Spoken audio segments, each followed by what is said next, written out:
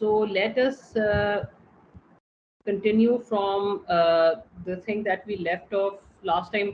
अब अगर कैमराज अगर आप लोगों के ऑन नहीं होंगे तो मुझे ये इशू आएगा कि जो हम एक्सरसाइजेस करेंगे फिर मुझे चैट बॉक्स खोल के और उसमें से या तो अल्फाबेटिकल ऑर्डर में इस तरह मुझे पूछना पड़ेगा आप लोगों से।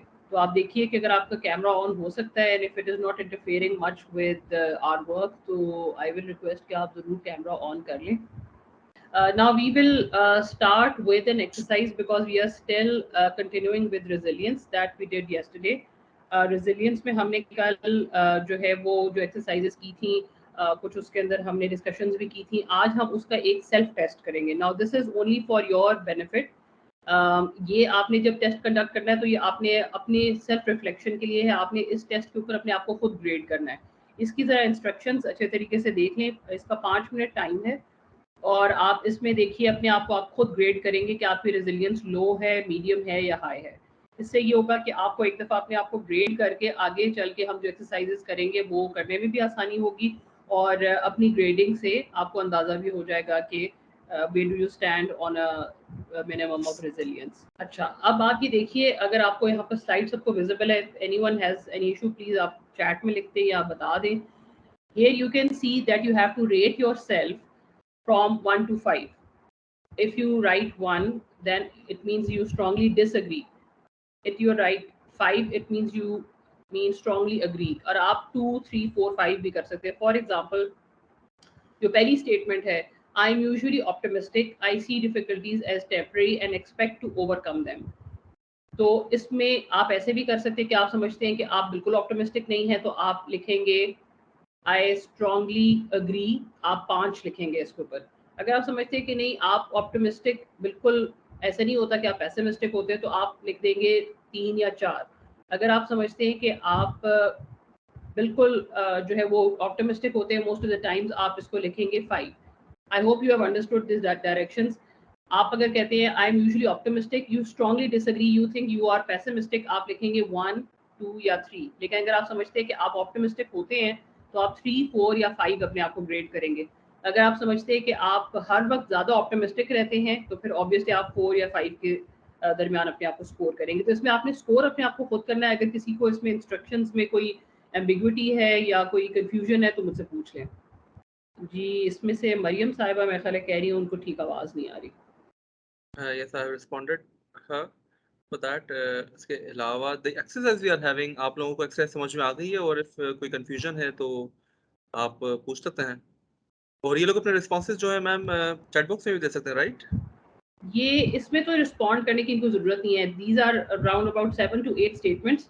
ये पहले अपने आप को स्कोर करेंगे, उसका टोटल करेंगे। टोटल करने के बाद when everybody is done then we will go to the results. ये अपने आप अपने रिजल्ट भी खुद ही देखेंगे। They don't need to share it with the class. This is for their own benefit. वो खुद देखेंगे कि उनकी रेजिलियंसी लो है, हाई है या मीडियम है। तो इसलिए ये अपना जब स्कोर करते जाए और उसको टोटल करते जाए कि 7 या 8 स्टेटमेंट्स को ऐड अप करने के बाद उनका स्कोर क्या आता है। अच्छा, mister Ghulam Murtaza, can you hear me? जी मेहमान का करिए। जी, इसमें आप देखिए कि जिस तरह फॉर एग्जांपल फर्स्ट स्टेटमेंट है ना, आई एम यूजुअली ऑप्टिमिस्टिक। तो अगर आप अपने आप को समझते हैं कि आप बहुत ज़्यादातर ऑप्टिमिस्टिक इंसान है तो आप अपने आप को 5 ग्रेड करेंगे। लेकिन अगर आप क्लियर है, लेकिन आई can not submit the reply, ये इशू आ रहा है। अच्छा, नहीं रिप्लाई आपने हर स्टेटमेंट का अलग से रिप्लाई नहीं करना। आप देखें ना कि ये तकरीबन 7 to 8 स्टेटमेंट्स हैं। आप पहली के लिए जब अपने आप को ग्रेड करेंगे 5 फॉर एग्जांपल आपने ग्रेड किया है, 5 जी नेक्स्ट के लिए अगर आप अपने आप को 3 करते हैं, 5, 3, 2, 1 जितने हैं सबको आप फिर ऐड अप करेंगे एंड पे। आपका एक स्कोर बनेगा 40, 50, 35, 20। वो अच्छा आपने ठीक एंड पे स्कोर जो है वो अपना बनाना है। वो लिख दे दो, ठीक, थैंक जी, जी। और जिन लोगों के पास चैट बॉक्स का इशू आ रहा है तो वो व्हाट्सएप की चैट यूज कर सकते हैं, वहां पे अपने रिस्पॉन्सेज सबमिट करवा सकते हैं, then I can call those responses out. Please जो लोग अपने ऐड अप कर लें स्कोर्स वो अपना जो है ना हैंड रेज कर लें ताकि मुझे पता चल जाए कितने लोगों ने कर लिया। Also we have 3 hands raised, जी 4 या हैंड्स। जी, आई एम श्योर कि ये कर लेंगे क्योंकि 5 मिनट्स की एक्टिविटी इसमें सिर्फ ऐड अप ही करना है इन्होंने। Okay, so we have Miss Anamayu, जी, her hand is raised. I think ये जो जिन्होंने कर लिया, I just want to see कि at least more than half of them when they are done, तो I can show them the results जिसके ऊपर ये देख सकें कि इनकी रेजिलियंसी किस लेवल पे है. Okay, so we have 4 hand raised in this lecture room, and I have received 3 more responses in WhatsApp group. So I believe some 8 or 9 of these They have honorable completed the judges. task. Yes, they have completed that. Right. Mr. Ghulam Murtaza's number is 37. I think actually they don't need to share the number because this is for their own benefit. आगे जाके ये खुद अपने आप को grade कर लेंगे, because you know sometimes people do not feel very comfortable sharing the scores, so it's not necessary. वो बेशक शेयर ना करें, नेक्स्ट साइड पे फुरकान जाइए ताकि अपने आप को खुद ही ग्रेड कर सकें. अच्छा, अब आप इसमें सब देखिए कि इसमें again I would say there is nothing right और wrong about it. If you know your score is less than 20 and this shows low resilience, तो बेसिकली ये सारे के सारे ह्यूमन बिहेवियर्स होते हैं. कभी आपकी रेजिलियंस लो होती है, कभी हाई होती है, आपके हालात पे भी डिपेंड करती है, आपके सर्कमस्टांसेस कैसे चल रहे हैं. तो इसलिए there is nothing but it gives you an idea कि अगर आपकी लो रेजिलियंस है तो you need to put in some more effort to build up your resilience, और अगर आपकी ज़्यादा है तो उसको मेंटेन रखने के लिए फिर आप एफर्ट कर सकते हैं. पहला अगर आप देखें तो इसमें लेस देन 20 अगर आपका स्कोर है, this shows that your resilience is on the low side. You may have trouble handling pressure or setbacks and may feel deeply hurt by any criticism. When things don't go well, you may feel helpless and without hope. Consider seeking some professional counsel or support in developing your resiliency skills. Connect with others who share your developmental goals. तो अगर आपका 20 से कम score है, ये आपके लिए guideline है. You can take camera snapshot of this.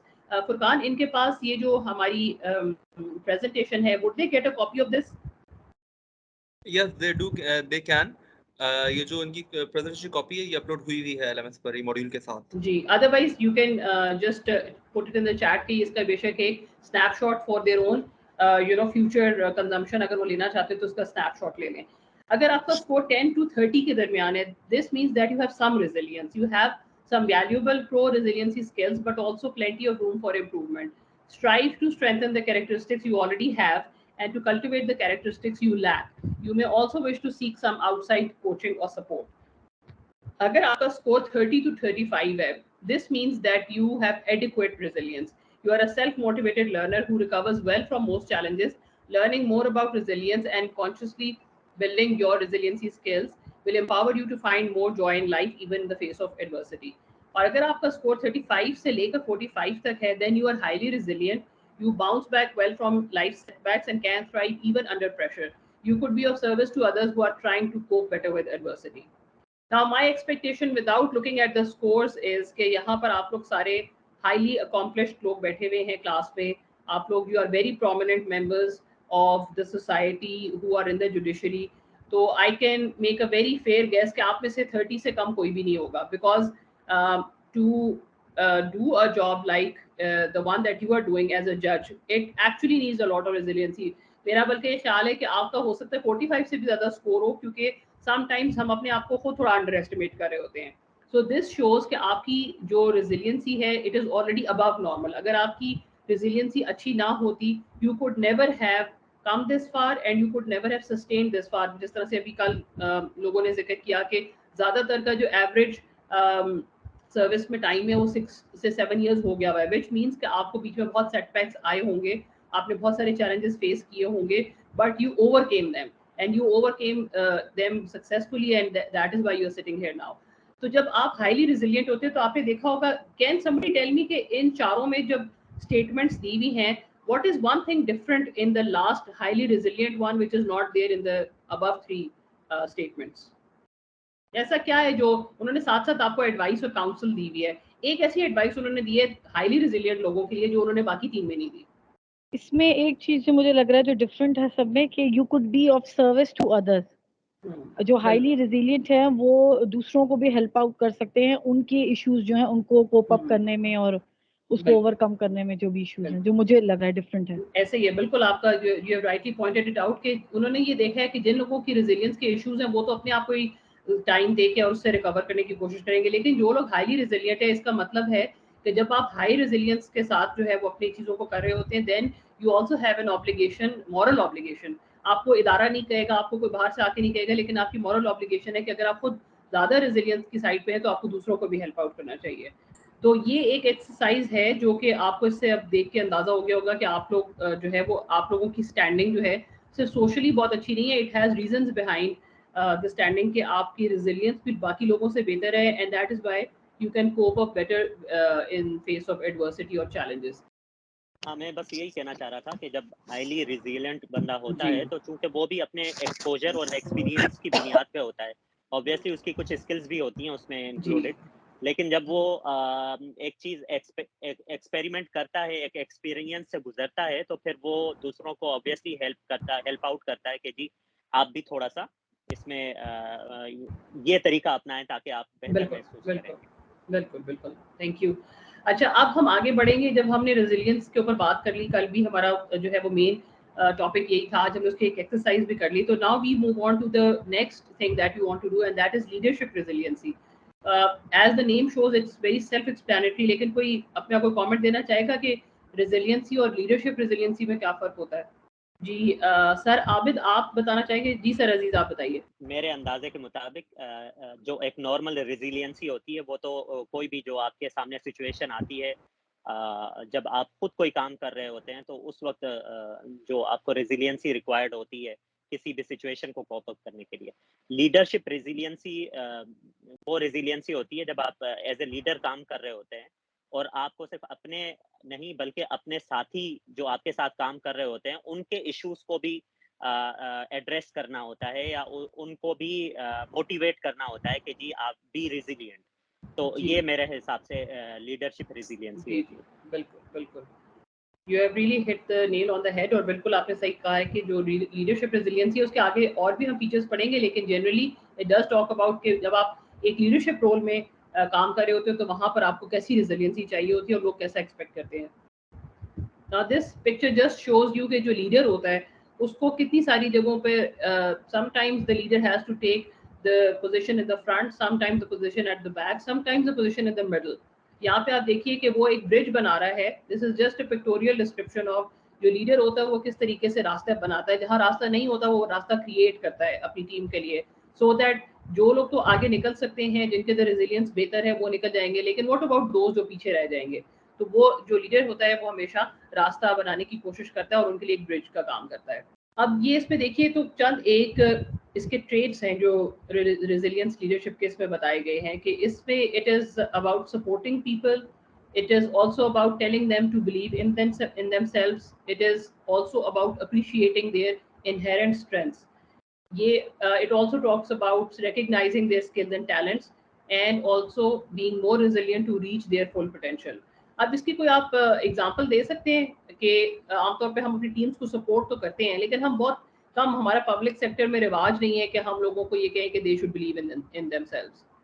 तो इसकी कोई आप एग्जांपल देंगे कि किसी जगह per day to day life में आपको किसी जगह ऐसे करना पड़ा हो और आपने ऐसे किया हो कि आपको अपनी टीम को कहना पड़ा हो कि जी वो बाजों का उनको खुद पता नहीं होता, वो एक टैलेंट होता है, एक पोटेंशियल होता है, लेकिन वो जो है उस तरीके से काम नहीं कर पा रहे होते, या बाजों का जैसे होता है कि उनको अपनी इनर स्ट्रेंथ का खुद नहीं पता होता और आप उनको बता रहे होते। Can you give any example from your day to day office work? अस्सलाम वालेकुम। असल में हमें तो जिस जिस जगह पर बैठे हुए डे टू डे रेगुलर ही ऑलमोस्ट इस तरह की सिचुएशन से गुजरना पड़ता है। समटाइम हमारा स्टाफ होता है उनके साथ लाइक हमें जैसे आपने शायद फर्स्ट डे एक एग्जांपल दी थी कि आप पूछ लेती हैं अपने तमाम जो एसोसिएट्स हैं कि आप क्या कर सकते हैं। अगर वो समझते हैं वो खुद से 2-3 चीजें चूज कर लेते हैं, जी हम इन चीजों को प्रायोरिटी देते हैं और हम ये कर सकते हैं, तो उनको उन्हीं के ऊपर डायरेक्शन देना, ठीक है आप ये करें, आप खुद चूज कीजिए, पिक कीजिए कि आपको क्या करना है और उसी के ऊपर आप फोकस करते हुए काम करें। तो उस पे वो अपनी जो है ना वो बेहतरीन सलाहियतों को इस्तेमाल भी कर सकते हैं और उनको भी फिर खुद कुछ काइंड ऑफ एनकरेजमेंट मिलती है और उससे जो है वो आगे अपने आप को खुद से ही मतलब it is a kind of motivation for them. अच्छा, not only with the staff but हमारे पास लिटिगेंट्स आते हैं रेगुलर बेसिस के ऊपर। समटाइम्स ऐसा होता है कि उनको नहीं मालूम होता कि एक्चुअल क्या चीज़ है जो उनको बग कर रही होती है। सच एज़ एक वाइफ थी तो वो अपने हस्बैंड के खिलाफ उन्होंने केस किया, तो ये तो खैर रूटीन की बात है, लेकिन एक केस मैं आपसे शेयर कर रही हूँ कि एक वाइफ थी, उन्होंने अपने हस्बैंड के खिलाफ चेक इश्यूएंस का धोखाधड़ी के ऊपर केस किया कि इसने मुझे 420 लाइक चीटिंग की है। मेरे चेक जो है ऐसे किसी पार्टीज को दे दिए वगैरह वगैरह। लेकिन एक्चुअल प्रॉब्लम उसके साथ ये नहीं था, उसके साथ प्रॉब्लम ये था कि उसका हस्बैंड कहीं और शादी कर चुका था और उसको यही बस शिकवा था कि उस बंदी को डिवोर्स दे दीजिए। तो एनी हाउ वो आती थी अदालत में, कॉम्प्रोमाइज पोजीशन पे आती थी, लेकिन कॉम्प्रोमाइज नहीं कर पा रही थी और रेगुलर ना ही वो केस चला रही थी कुछ इस तरह से। तो खैर फिर उसको इसी तरह मैंने डील किया कि एक दिन अदालत में आई तो मैंने उससे कहा देखो तुम्हें एक्चुअल प्रॉब्लम तो ये है ना, तो वो मान रही थी जी हाँ बिल्कुल एक्चुअल प्रॉब्लम ये। तो मैंने कहा कुछ अरसे तक इस चीज को, क्योंकि तुम खुद भी वर्किंग लेडी हो, ये भी तमाम इश्यूज हैं, तुम तो अल्लाह का शुक्र अदा करो कि तुम्हारे सर पे ये परेशानियां नहीं है कि तुम्हें किसी और से ये सब चीजें लेनी पड़ रही हो। तो एटलीस्ट खामोश होके कुछ टाइम अपना केस चलाओ, तुम्हें खुद ही अंदाजा हो जाएगा कि तुमने एक्चुअल में क्या करना है। तो खैर उस बंदी को भी मेरी बात समझ में आई, उसके हस्बैंड को भी थोड़ा सा जो है वो आहिस्ता से केस चलना शुरू हुआ, तो दोनों को ये बात समझ में आना शुरू हो गई। तो खैर अब वो केस चल ही रहा था, तो खैर मैं मेडिकल लीव पर आ गई हूँ, लेकिन आई डोंट नो अब क्या होगी पोजीशन। कहने का मकसद ये है कि उनको खुद को रियलाइज करवाना होता है कि आपको एक्चुअल प्रॉब्लम क्या है और आपको उस प्रॉब्लम से किस तरह से उसको फेस करना है या आपको किस तरह उससे निकलना है। तो ये हमारे एक दिन का काम नहीं, रेगुलर हर जगह पर कहीं ना कहीं अपने कलीग्स के साथ भी ऐसा हो रहा होता है। हम उन्हें भी कह रहे होते हैं अच्छा अगर आपको ये इश्यूज हैं तो आप एक्चुअल जो लॉ है आप उसको गो थ्रू करें तो आपको अंदाजा होगा कि क्या है। तो ये हमारे साथ तो ऑलमोस्ट रेगुलर होता है। I guess not only with me but all of the जजेस। मेरे ख्याल से सभी लोग जो हैं वो इन चीजों से, और इनफैक्ट आप लोग भी जो पुलिस वाले हैं तमाम डिपार्टमेंट के, उनको भी रेगुलर इस तरह की पोजीशन से गुजरना पड़ता है। कहीं पे रेजिलियंस रेट कम होता है तो वो खुद परेशान हो जाते हैं, लेकिन जहाँ पर हाई होता है तो वहाँ लोगों को वो कहीं ना कुछ फैसिलिटेट कर रहे होते हैं इस हिसाब से। बिल्कुल ठीक है मैडम, थैंक यू, आपने बड़ी अच्छी एग्जांपल दी है। और मेरा ख्याल है कि ये आपने बिल्कुल सही पॉइंट आउट किया कि जहाँ पर पब्लिक ऑफिसेज है उनका आधे से ज़्यादा दिन का काम जो होता है वो लोगों के साथ नेगोशिएट करना और काउंसिल करना और एडवाइस करना होता है। बहुत काम ऐसा है जो कि हम अपना एक्चुअल काम कर रहे होते हैं, अगर हम बाय द बुक चलें तो हम तो आधे लोगों को कह दें कि जी आपका तो पर्चा ही नहीं बनता, या आपका तो ये काम आप गलत जगह पे आ गए, ये तो सिविल सूट है, ये तो फैमिली कोर्ट का मैटर नहीं है। अगर हम बाय द बुक चलें तो शायद हम आधे लिटिगेंट्स को सुने ही ना, आधे कंप्लेनेंट्स तो हमारे बगैर किसी जवाब के वापस चले जाएं। लेकिन ये जो हम यहाँ पर बात करें ये इसलिए रेलेवेंट है बिकॉज ऑब्वियसली जो आपका डे टू डे काम है उसमें एग्जांपल्स के साथ जब हम चीज़ों को करते हैं तो फिर लिटिगेंट्स में भी आप देखेंगी कि ये तो आपने एग्जांपल दी जहाँ पर हमारे ऊपर भी कोई प्रेशर नहीं होता, लेकिन हम इस चीज़ को अंडरस्टैंड करते हैं कि बाज़ वक़्त हमारे ऊपर भी बहुत प्रेशर्स होते हैं। और हम जब मेरिट पे अगर हम देख रहे होते हैं चीज़ों को तो उसमें लड़ाई झगड़े और इस तरह के मामलात में आई एम श्योर कि आप लोगों को भी आपने देखा होगा कि उसके अंदर सबसे आसान फैसला करना वही होता है जो मेरिट पे होता है, क्योंकि बाज़ औक़ात दोनों साइड्स ने बहुत ज़्यादती की हुई होती है और सज़ा दोनों साइड की बनती है। लेकिन क्योंकि लॉ की रिक्वायरमेंट ये होती है कि आपने एक कंप्लेनेंट है, आपने एक को कंप्लेनेंट और दूसरे की उसके ऊपर कंप्लेंट पे जो है प्रोसीड करना होता है। तो इसलिए ये इस तरह की एग्जांपल्स जो है जब आप रेजिलियंसी को देखेंगी ना, ये कुछ चीज़ें ऐसी हैं जो कि they are a little simple in nature, जिस तरह भी आपने मुझे बताया। और आपने बिल्कुल ठीक कहा कि जब हम लोग की बेसिकली अपनी रेजिलियंस जब तक ना हो तो हम बाकियों को भी नहीं एडवाइस कर सकते, बाकियों को रास्ता नहीं दिखा सकते, रहनुमाई नहीं कर सकते। बट जहाँ पर रेजिलियंस आपको वहाँ पर चाहिए जहाँ पर आपको पता है एक जेन्युइन केस है, उसमें जेन्युइन ज्यादती हुई है, और बाज़ औक़ात लड़ाई झगड़े के केसेस में तो दोनों तरफ से ज्यादती हुई भी होती है। तो फिर आपने उसके अंदर जज बनने का और जजमेंट का मकसद ही ये होता है कि आपने एक उसके ऊपर ऐसा फैसला देना है जिसमें ना इंसाफी ना हो, दोनों पार्टियों ने एक दूसरे के साथ ना इंसाफी की होती है, लेकिन you want to make sure कि जिसके साथ ज्यादा ज्यादती हो उसके साथ इंसाफ हो। आई एम श्योर कि बाकी जजेस भी मेरी इस बात से एग्री करेंगे। तो इसलिए ये आपने बिल्कुल अच्छी एग्जांपल दी है कि हम जब हमारे पास कंप्लेनेंट्स आते हैं तो हम उनको भी ये रिकग्नाइज करवाते हैं कि जी उनके उनके इश्यूज और ऑल्टरनेट तरीकों से भी रिजॉल्व हो सकते हैं, तो सिर्फ थाना कचहरी ही उसका सोल्यूशन नहीं है। और भी कोई एग्जांपल कोई इसमें शेयर करना चाहेगा? हमारे पास मतलब डिफरेंट एस्पेक्ट से काम चल रहा होता है कोर्ट्स के अंदर, और डिफरेंट डिपार्टमेंट्स के लोग आ रहे होते हैं। उसमें एडवोकेट्स भी होते हैं, उसमें पुलिस ऑफिशियल्स भी होते हैं, और समटाइम्स हमारे पास अटैचमेंट में जूनियर या हमारे साथी जजेस जो होते हैं, जो न्यूली इंडक्टेड होते हैं, वो भी आ रहे होते हैं।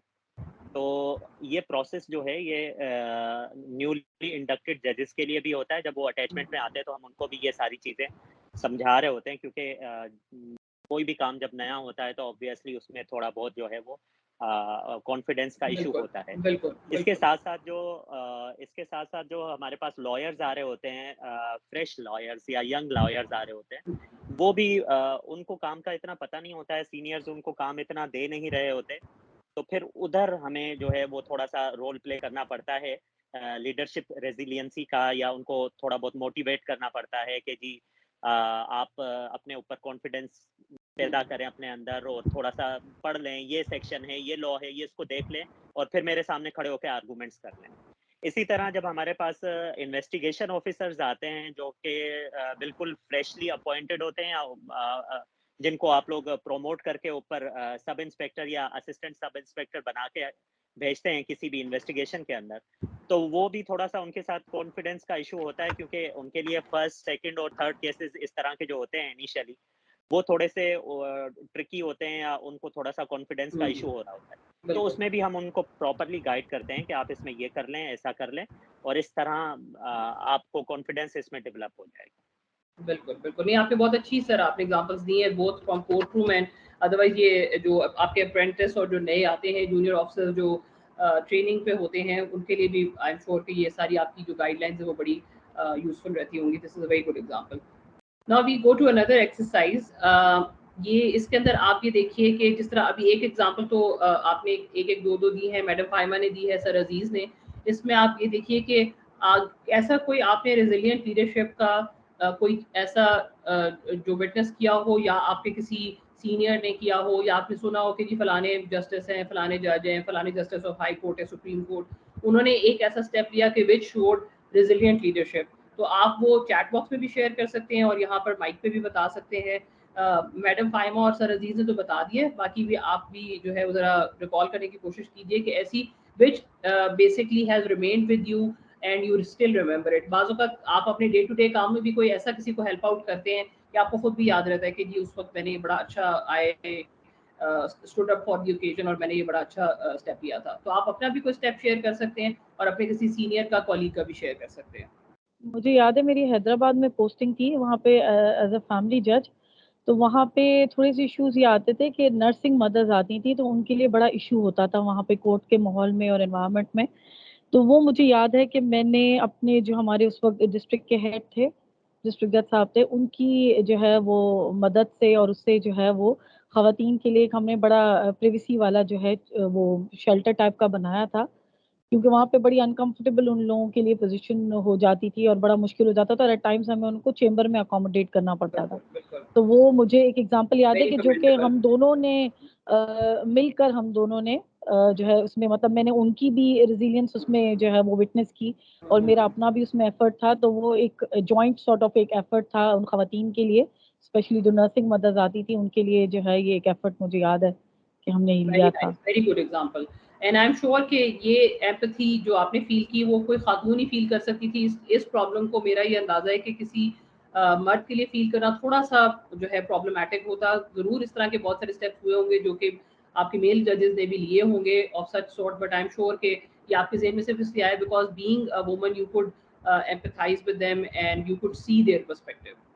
Yes, ma'am. I want to add something that while dealing with family matters as well as now dealing with property matters, where the issues between siblings in respect of the inheritance property, I tried to convince them and motivate them to settle the issues between them inside the court in any sort of settlement or proposals exchanged between them.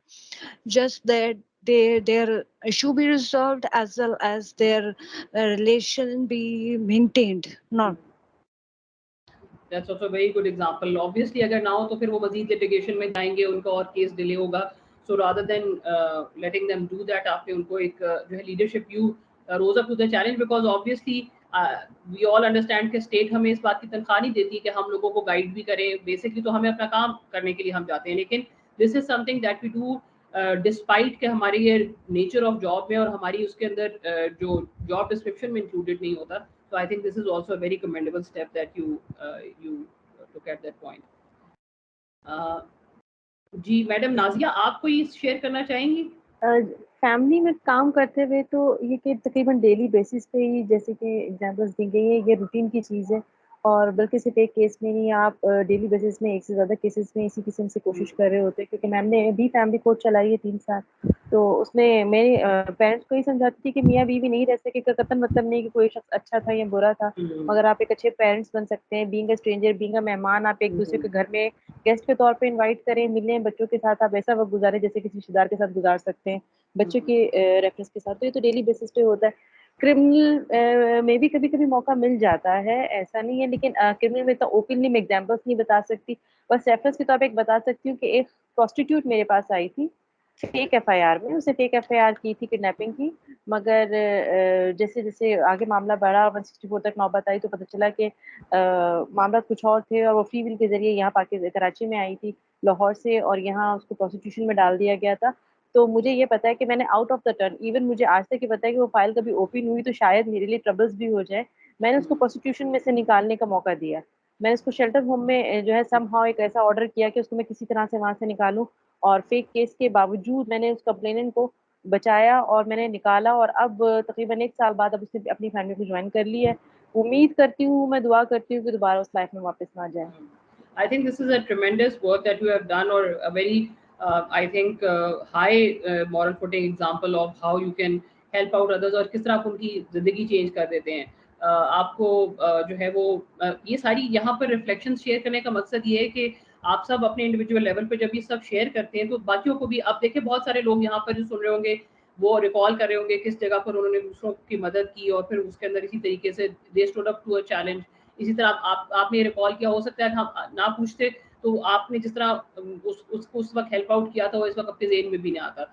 तो वो ये होता है कि जब आप इन चीज़ों को शेयर करते हैं तो ये कलेक्टिव एक जो उसकी आपकी जो मोराल है वो हाई होता है कि to do good for others और टू हेल्प अदर्स। वो जब बाकी सारे सुनते हैं तो उनको मोटिवेशन मिलती है कि वो और ज़्यादा दूसरों को हेल्प आउट कर सकें।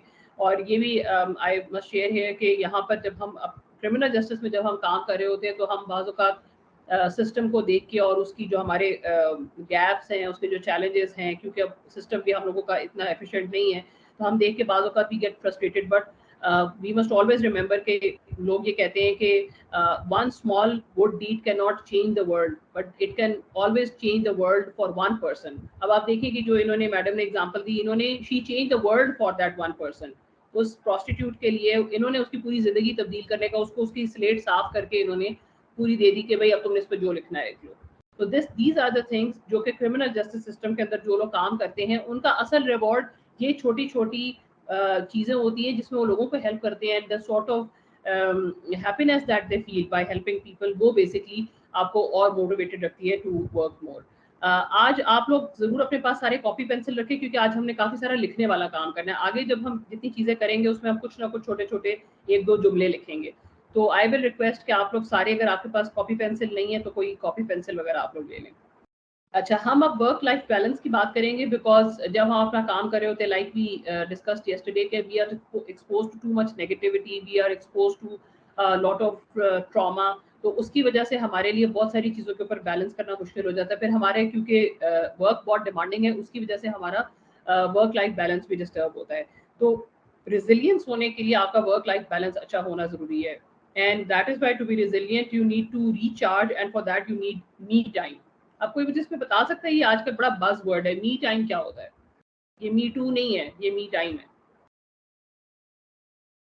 मी टाइम वो है जो हम में से हार्डली किसी के पास होगा, आपके अपने लिए वक्त। हाँ, अच्छा, और मैडम मज़े की बात ये है कि ये टाइम होता नहीं है, इसको बनाना पड़ता है, ये निकालना पड़ता है। ये मी टाइम मिलता कभी भी नहीं है। हम हमेशा जो है ना, we always put ourselves at the very last. हम कहते हैं कि अच्छा बच्चों के काम हो जाएं, घर वालों के काम हो जाएं, स्पाउसेस के काम हो जाएं, हमारी खैर है।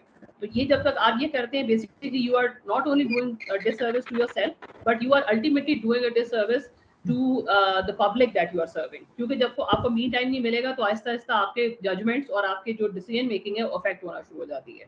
अच्छा, इसमें मेरा ख्याल है खवातीन से सबसे लास्ट वाले ना उसको बहुत इंटरेस्टिंग फील करेंगी, मुझे बहुत इंटरेस्टिंग सा लग रहा है। स्लीप ऑलमोस्ट एक ड्रीम है अब। नहीं, obviously I, because you know this is an all ladies forum, I do not mind sharing this के अगर जो मदर्स होती हैं और घर में जिनकी भी रिस्पॉन्सिबिलिटीज है वो हमेशा ये कहती हैं कि जी अच्छा कुछ नहीं होता, हम सबसे एंड में जो है ना, अगर किसी का भी आप देखें कि रमजान है, दिस इज अ कॉन्टेक्स्ट कि अगर किसी के कपड़े बने होंगे तो खवातीन कहेंगी कि चलो कोई बात नहीं, बच्चों के हो जाए, बाकियों के बन जाए, हमारी खैर है, हम एंड में देख लेंगे। किसी ने कोई काम करवाने, तो सब ये डे टू डे लाइफ में होता है। लेकिन हमें एक तरह से जो है ना वो सेक्रीफाइस करने की इतनी आदत पड़ गई होती है कि हमारा वो बैलेंस आहिस्ता आहिस्ता बिल्कुल ख़राब होता जाता है। और हम उस ख़राब होने को ये समझते हैं क्योंकि हमने अपने सोसाइटी के कॉन्टेक्स्ट में, कल भी हम जेंडर्ड रोल्स की बात कर रहे थे, तो when girls are brought up in our society specially, उनको पहले दिन से सेक्रीफाइस सिखाया जाता है। और वो सेक्रीफाइस करते करते सब लोग ये भूल जाते हैं कि सेक्रीफाइस, हर चीज़ जो है वो मॉडरेशन में अच्छी लगती है। मियाना रवि इसीलिए हमारे मज़हब और दीन में सिखाई गई है, क्योंकि मियाना रवि से आप बैलेंस्ड रहते हैं। जहाँ पर आप सेक्रीफाइस भी टू मच करें तो आप जो है ना तो आप कोई सेंट है, ना ही आप कोई प्रॉफिट है। तो जब आप एक ह्यूमन बीइंग के तौर पे बहुत सेक्रीफाइस करते हैं, it also has negative impact on your personality and specially if you are working. तो आप, यू मस्ट ऑलवेज रिमेंबर कि you have a duty to the people that you serve. तो अगर आपकी जिंदगी में बैलेंस नहीं होगा, वो बैलेंस आहिस्ता आहिस्ता आपकी जजमेंट्स में, डिसीजन मेकिंग में, आपकी कंडक्ट में शो होना शुरू हो जाता है। आपने इसमें देखा होगा, हमने तो बहुत अपने सीनियर्स को देखा, I think you can also relate. हमारे सीनियर्स में से ऐसे ट्रेडिशनली लोग हुआ करते थे सर्विस में, जिन्होंने दे नेवर हैड फैमिलीज, उन्होंने 24 घंटे नौकरी की और 24 घंटे नौकरी को ही अपना दीन ईमान समझा।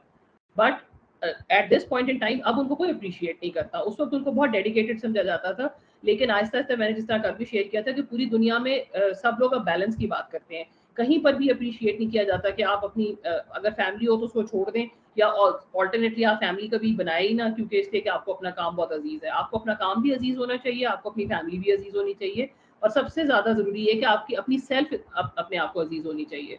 आई एम श्योर कि यहाँ पर जो मेल भी हमारे जजेस बैठे हुए हैं, वो भी इस चीज को अग्री करेंगे कि जब उनका काम आता है वो अपने काम को प्रायोरिटी देते हैं, अपने प्रोफेशनलिज्म को, अपनी फैमिली को। और जब उनकी अपनी बारी आती होगी, अपनी बात आती होगी, मुझे ये बता रहे थे कि आप लोगों में से बहुत सारे लोग, you commute long distance to your work and then you come back, is that right?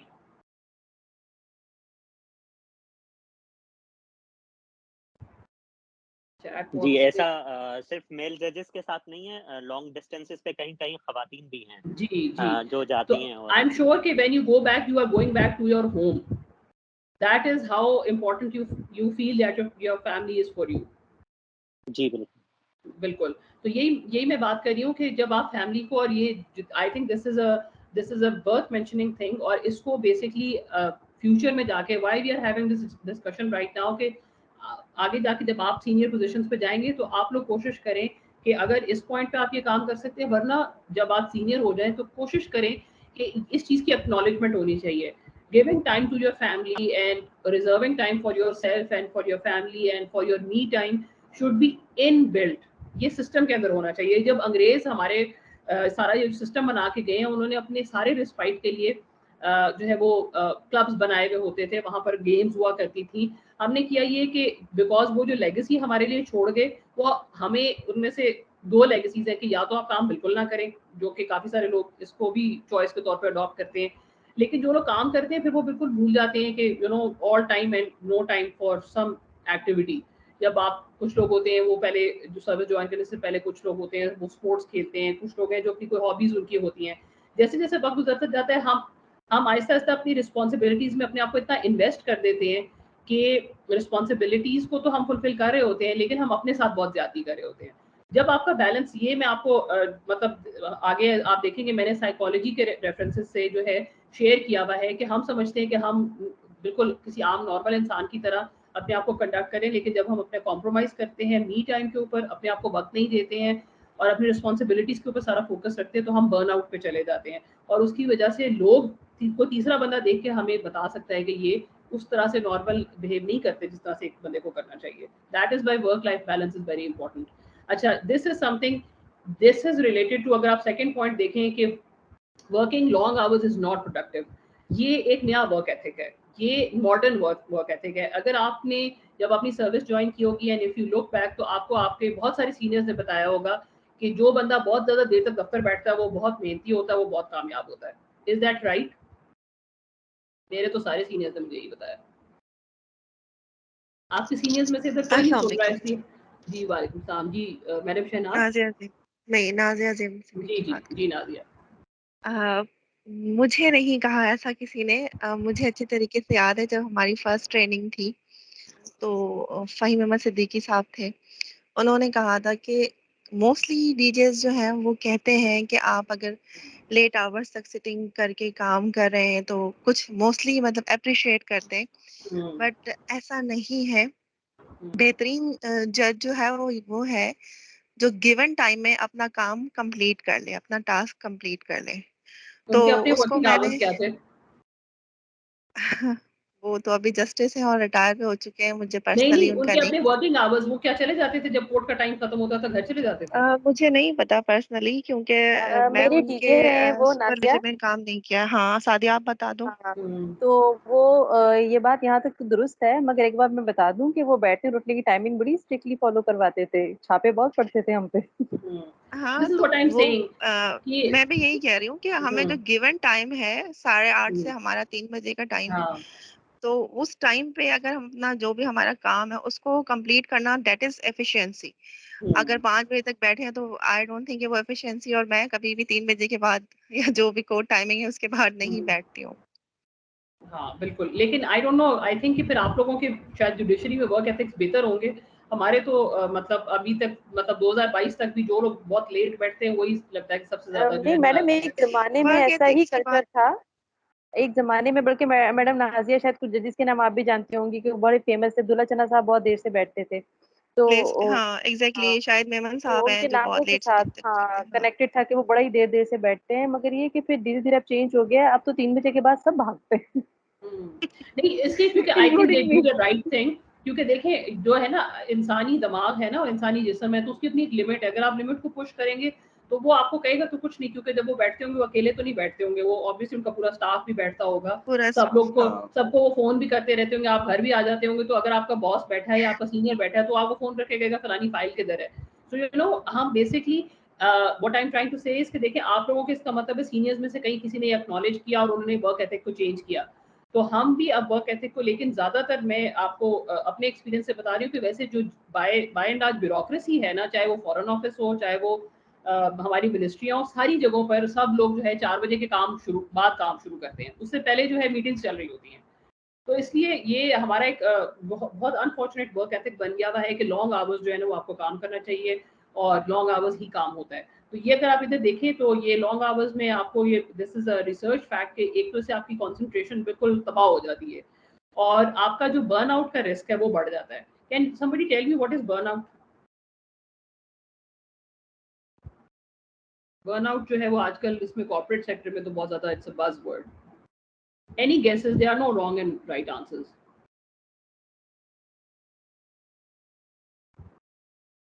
I think frustration हो जाना, बिल्कुल। फ्रस्ट्रेटेड हो जाना। बर्नआउट ये होता है कि आप बेसिकली एक ऐसे पॉइंट पे चले जाते हैं, यू डू नॉट रिकग्नाइज कि आपकी नींद नहीं पूरी हो रही और आपको, आई डोंट नो कि आप लोग का वहाँ पे छुट्टी का भी क्या सिस्टम है, कि हमारे तो अभी तक ये कहते हैं कि छुट्टी मांगो तो वो आगे से ऐसे बिहेव करते हैं जैसे आपने उनकी बेटी का रिश्ता मांग लिया है। नहीं, जब तो हाँ मतलब ऐसा ही है, एक ऐसा ही है, पॉइंट, बिल्कुल एक ऐसा ही है। हमारे यहाँ भी ऐसा ही है जी, एक बिल्कुल सर्ट नाजिया दुरुस्त है। तो होता ही है कि छुट्टी आपको जेब से बात जाती ये है। तो नहीं कि आपने छुट्टी में किसी ना किसी को, जिस तरह हमारे तो स्टाफ को पक्की आदत होगी, आई एम श्योर कि ये भी लीडरशिप रेजिलियंसी में आता है कि आप अपने स्टाफ को कहें कि भाई ना तुम अपनी दादी को छठी दफा फौत करवाओ, तो मुझे बताओ तुम्हें असल इशू क्या है, मैं तुम्हें छुट्टी दे दूं। लेकिन हमारा एग्जैक्टली मेरे इतना साथ ज्यादा ऐसा है। मेरा स्टाफ अल्लाह का शुक्र है कि मुझे फ्रैंकली आके मेरे बच्चे मुझे बताते हैं, मैडम आंख नहीं खुली थी। इट्स ओके, नहीं खुलती कभी कभी। बिल्कुल ऐसे ही है, क्योंकि होता ही है कि फिर वरना वो बर्नआउट पे चले जाते हैं और बर्नआउट पे जाके सीरियस आपको फिजिकल और मेंटल दोनों इश्यूज हो सकते हैं। मैडम एना, आप कुछ कहना चाह रही हैं? जी, बर्नआउट बेसिकली जो है वो उस वक्त मतलब ये कि आपको कुछ भी फील होना बंद हो जाए कि क्या चीज़ है जो आपकी लाइक्स क्या हैं, डिसलाइक्स क्या हैं, क्या चीज़ आपको एंटरटेन कर रही है। मतलब एक वो इतना जो है वो स्ट्रेस का या थकान का वो लेवल आ जाए कि आप बिल्कुल ड्राई हो जाएं और आपको कुछ फील होना बंद हो जाए। तो इट हैपेंस, हमारे प्रोफेशन में ऐसा होता रहता है कि जो है वो हम एंटरटेनमेंट और वो जो है मोस्टली अवॉइड करते हैं। हमारे लिए वाहिद एंटरटेनमेंट ये होती है कि हमारी नींद पूरी हो जाए। तो मतलब ये कि कहीं जाना या गैदरिंग्स या सोशल वो, तो वो सॉर्ट ऑफ मतलब कह सकते हैं कि somewhat everybody is burned out हमारे प्रोफेशन में। इसके 2-3 सिम्टम्स होते हैं, बिकॉज हम तो यहाँ पे ट्रेनिंग रन करते हैं। बर्नआउट के ना 2-3 होते हैं, you are emotionally drained, you are physically drained and you are mentally drained. अगर आई एम श्योर कि दीज आर सेल्फ एक्सप्लेनेटरी, लेकिन इमोशनल ड्रेन में यही होता है कि ना आप इमोशंस में भी इन्वेस्ट नहीं कर सकते। आप किसी की खुशी में, गमी में, अपनी चीज़ों को आप अटेंड करने के लिए ना आप एक बिल्कुल फ्लैट लाइन पे आ जाते हैं। You are emotionally totally exhausted and drained. इसी तरह फिजिकल में होता है कि आप चाहने के बावजूद कोई आप फिजिकल एक्टिविटी, आप वॉक पे जाना चाहते हैं, आप जॉगिंग करना चाहते हैं, आप जिम ज्वाइन करना चाहते हैं, आप ट्रैकिंग पे जाना चाहते हैं, आप फिजिकली इतने एग्जॉस्ट हो जाते हैं कि आप कहते हैं अपनी नींद पूरी कर लो। इसी तरह आप मेंटली एग्जॉस्ट हो जाते हैं। आप किसी मेंटल एक्टिविटी में, आप किताब नहीं पढ़ना चाहेंगे, आप कोई मूवी नहीं देखना चाहेंगे, आप किसी एंटरटेनमेंट को नहीं यस करेंगे बिकॉज आप कहेंगे कि आई एम टू ड्रेन्ड, और आप ये इसी को जो है वो बर्नआउट के सिम्टम्स होते हैं। मैडम फाइमा, आप कुछ कह रही हैं? मैं यहाँ ऐड करना चाहूंगी, ये जो वर्किंग लॉन्ग आवर्स हैं is not productive, specially judiciary के अंदर। ऐसा मैंने फील किया कि कहा यही जाता है कि आप लॉन्ग टाइम्स ना बैठें, ना मतलब अपने आप को इतना थकाएं, जो आपके ऑफिस आवर्स हैं बस उन्हीं को यूटिलाइज करें as much as you can do this. अच्छा, लेकिन अप्रिसिएशन मिलती उसी को है एनी हाउ, मतलब प्रैक्टिकली वेरी गुड मैंने ऐसा फील ऑब्जर्वेशन। किया, ये अप्रिसिएशन मिलती उसी को है, मतलब हमारे सीनियर्स की तरफ से भी, कि जिनके बारे में कभी मीटिंग में कहा जाता है ये तो मुझे भी पता है कल 5 बजे तक बैठे हुए थे, ये तो हमें भी मालूम है कि 6 बजे तक साथ बैठे हुए थे। और इनफैक्ट मेरे साथ खुद के साथ भी ऐसा हुआ। मेरे पास ACLC थी साउथ के अंदर, मैं डीजे साहब का तो नाम नहीं लूंगी, खैर वो बहुत रिस्पेक्टेबल थे हमारे लिए, लेकिन क्या था कि जब कोई स्कोर या जजमेंट्स वगैरह या हमारे यूनिट्स वगैरह कम होते थे, तो मेरे मेरे अगर यूनिट्स कम होते थे तो वो इस बात पे खुश होते थे कि मैडम ने जो है ना विटनेसेस बहुत चलाए हैं और इनकी कोर्ट जो है वो जरा ज्यादा टाइम तक चल रही थी। तो अप्रिसिएशन एनी ये हाउ बात जो है ठीक वो है। अच्छा देखिए, अब इसमें ना you can always bring a difference where you are in a leadership role. इसको आप जब आप उनके जितनी सीनियर हो जाएंगी ना, तो आपके पास चेंज करने का ये तरीका होगा कि हमने ना पाकिस्तान में हमारा पब्लिक सेक्टर किसी परफॉर्मेंस पैरामीटर्स पे नहीं चलता। हम लाइक्स और डिसलाइक्स के ऊपर चला रहे थे। अभी आप देखिए, एक बंदा होगा वो रात 12 बजे तक भी बैठता होगा, लेकिन अगर बॉस को उसकी शक्ल पसंद नहीं है ना, तो उसकी ना ACR में कभी अच्छे रिमार्क्स आएंगे। वो जो एक मरतबा लाइक्स डिसलाइक्स पे चला गया, जो राइट पे चला गया वो राइट पे रहेगा, जो लेफ्ट पे चला गया वो लेफ्ट पे रहेगा। तो हमने क्योंकि परफॉर्मेंस पैरामीटर्स हम अनफॉर्चुनेटली 70-75 सालों में हम ये रिकग्नाइज नहीं कर सके कि हमारे पास 8 से 10 पॉइंट्स होने चाहिए जिसके ऊपर हम किसी बंदे को स्कोर करें उसकी परफॉर्मेंस को। अब आप फॉर एग्जांपल अभी इतनी सीनियर पोजीशन पे हैं, आगे आप इंशाल्लाह और सीनियर होगी, तो आई एम श्योर कि आप जब क्लियरली डिफाइन करेंगी तो आप ये कहेंगी कि जी जो लंबे टाइम तक बैठता है उसको मैं इनएफिशिएंट समझती हूँ, जो अपने कोर्ट के टाइमिंग्स के अंदर अंदर बैठ के अपने सारे केसेस भी जो है वो निपटा लेता है, बाकी काम भी कर लेता है, जो बाकी काम भी रिस्पॉन्सिबिलिटी उसके जिम्मे। तो जब आप उसको रिवॉर्ड करना शुरू होंगे, आपको पता है साइकोलॉजी की एक पनिशमेंट एंड रिवॉर्ड की टर्म है, तो जिस बिहेवियर को आप रिवॉर्ड करना शुरू हो जाते हैं वो चल पड़ता है, वो आगे लोग जो है अडॉप्ट कर लेते हैं पब्लिक सेक्टर में। जिसको आप पनिश करना शुरू कर देते हैं वो आहिस्ता आहिस्ता उसके ऊपर डिस्करेज हो जाते हैं लोग। लेकिन ये आपने बिल्कुल सही ऑब्जर्वेशन दी है कि ये बिहेवियर इनकरेज इसीलिए होता है, लोग इसीलिए लेट आवर्स बैठते हैं कि वो उनको पता होता है कि in the eyes of their seniors they will come out as more successful and more sincere to their work, which is wrong. ये हमारी रॉन्ग जो है ना वो वर्क एथिक्स है जो हम लोगों ने रॉन्गली प्लेस की हुई है। लेकिन वो कल आपने बात कही थी ना कि हमारे यहाँ पॉलिसी नहीं है एक्चुअली, मतलब ठीक है कभी हस्बैंड एडजस्ट कर लेता है वाइफ के साथ काम के ऊपर, कभी कोई डिपार्टमेंट, कभी आपका जो इमीडिएट सीनियर होता है वो आपको एनी हाउ फैसिलिटेट कर देता है, तो लेकिन यहाँ पर पॉलिसी नहीं है कोई। तो जस्ट लाइक दिस, आज के टॉपिक के भी हिसाब से अगर पॉलिसी मेकिंग होती कुछ हमारे यहाँ, तो शायद कंपैरेटिवली उस चीज का जो एक माइंडसेट है लोगों का चेंज हो जाता। लेकिन मैडम अच्छी बात इन ट्रेनिंग्स की ये होती है कि जहाँ हम लोग इस तरह की इंटरेक्शन कर रहे हैं ना, it is less about the training and it's more about experience sharing. आप लोग सारे अपने एक्सपीरियंस शेयर करें। तो मैं हमेशा जब मिड करियर की हम करवाते हैं ना ट्रेनिंग, तो मैं उनको ये कहती हूँ कि जी आने वाला दौर हमारा दौर है, हम उस पर तो we can always cry over spilled milk. हम ये कह सकते हैं कि जी जो हमसे सीनियर्स ने किया हम उससे बड़ी शिकायत है, लेकिन आने दिनों वाले दिनों में जो कुछ भी होगा वो हम करेंगे। तो इसलिए we can always look forward towards, because जो मिड करियर्स होते हैं they are always the immediate future leadership. अब हमारे पास जो असिस्टेंट सुपरिटेंडेंट ऑफ पुलिस आते हैं, आपके पास जो नए इंडक्टीज आते होंगे, उनको हम फ्यूचर लीडरशिप कहते तो हैं, लेकिन उनका फ्यूचर 30 साल आगे होता है। लेकिन जो मिड करियर्स होते हैं वो तो इमीडिएटली लीडरशिप रोल्स में जा रहे होते हैं ना, अगले 5-7 सालों में आप सब हम सीनियर हो जाएंगे। तो इसलिए हम चेंज लेके आ सकते हैं वो हमारा बिल्कुल इंडक्टी लेवल का ट्रेनिंग नहीं लेके आ सकता। तो इसलिए कुछ जिम्मेदारी, जब ये रेजिलियंसी की इसीलिए बात हो रही है कि बहुत सारा चेंज अब इस वक्त ये सारी जिम्मेदारी सॉर्ट ऑफ हमारे कंधों पे है। हम करना चाहें तो we will be remembered as you know change makers. नहीं करेंगे तो ऑब्वियसली जितना हमसे पहले वालों ने नहीं किया तो हम उसका नुकसान उठा रहे हैं, फिर हमारे जूनियर्स का नुकसान उठाएंगे। So lastly, I've just mentioned that on unconscious processing time, sleep is essential for problem solving and creativity. I also feel this is very important as a mother, because as a mother, I'm sure कि जिनके भी बच्चे जो के school नहीं जाते, वो छोटे बच्चों के अपने challenges होते हैं उनके रेयर अप करने के। इसी तरह जो बच्चे स्कूल जाते हैं, उनके अपने आप को होता है कि जी स्कूल में उनका अपने परफॉर्मेंस ठीक जा रही है, उनके टेस्ट हैं, उनकी परफॉर्मेंस है। होता ये है कि स्लीप को आप कॉम्प्रोमाइज करते रहते हैं, तो this is also not good even if a lady is not working. I am sure this is again true for a lot of men as well. लेकिन जब नींद पूरी नहीं होती तो आप बच्चों को भी वैसा टाइम नहीं दे पाते, वैसी कॉन्सेंट्रेशन के साथ उनकी स्कूल की परफॉर्मेंस को, उनके न्यूट्रिशन को, उनके जो हेल्थ की तरफ तवज्जो नहीं दे सकते। इसलिए जब मैं wherever I train a lot of women, I always tell them कि जो है ना अपने आप के लिए आप जरूर टाइम निकालें, इवन जो मेल ऑफिसर्स है वो भी, because this will not only help you but this will also help your family and your work. ये सबको जो है ये बेनिफिट मिलेगा अगर आप अपने लिए एक्टिविटीज के लिए टाइम निकालेंगे। आगे जाके हम एक्सरसाइज करेंगे ताकि हम देखेंगे हमारा टाइम जा किधर रहा होता है। नेक्स्ट पे जाइएगा।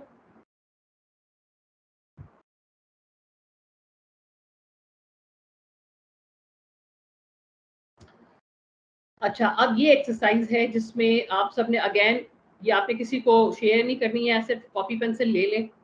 जिस टाइम से आप जागते हैं वो टाइम लिख के, फॉर एग्जांपल 5 बजे है, 6 बजे है, 7 बजे, उस सारे को ब्रेक कर लें एक एक आवर में। फॉर एग्जांपल अगर आई वेक अप एट 6 o'clock, ठीक है, तो मैं पहले 6 बजे से शुरू करूंगी, 6, फिर उसके बाद 7, फिर 8, फिर 9, फिर 10, and I go to bed let's say at 10 PM। तो मैं 10 बजे तक एक एक घंटा लिखूंगी। वो एक घंटा सारा लिख के, एक एक घंटे लिख के उनके सामने फिर अब आपने लिखना है आप उस एक घंटे में क्या कर रहे होते हैं। आई एम श्योर कि आपका 8 से 3 का टाइम तो चला जाएगा आपके कोर्ट में। 7 to 8 यू कैन राइट कि you are travelling to your office.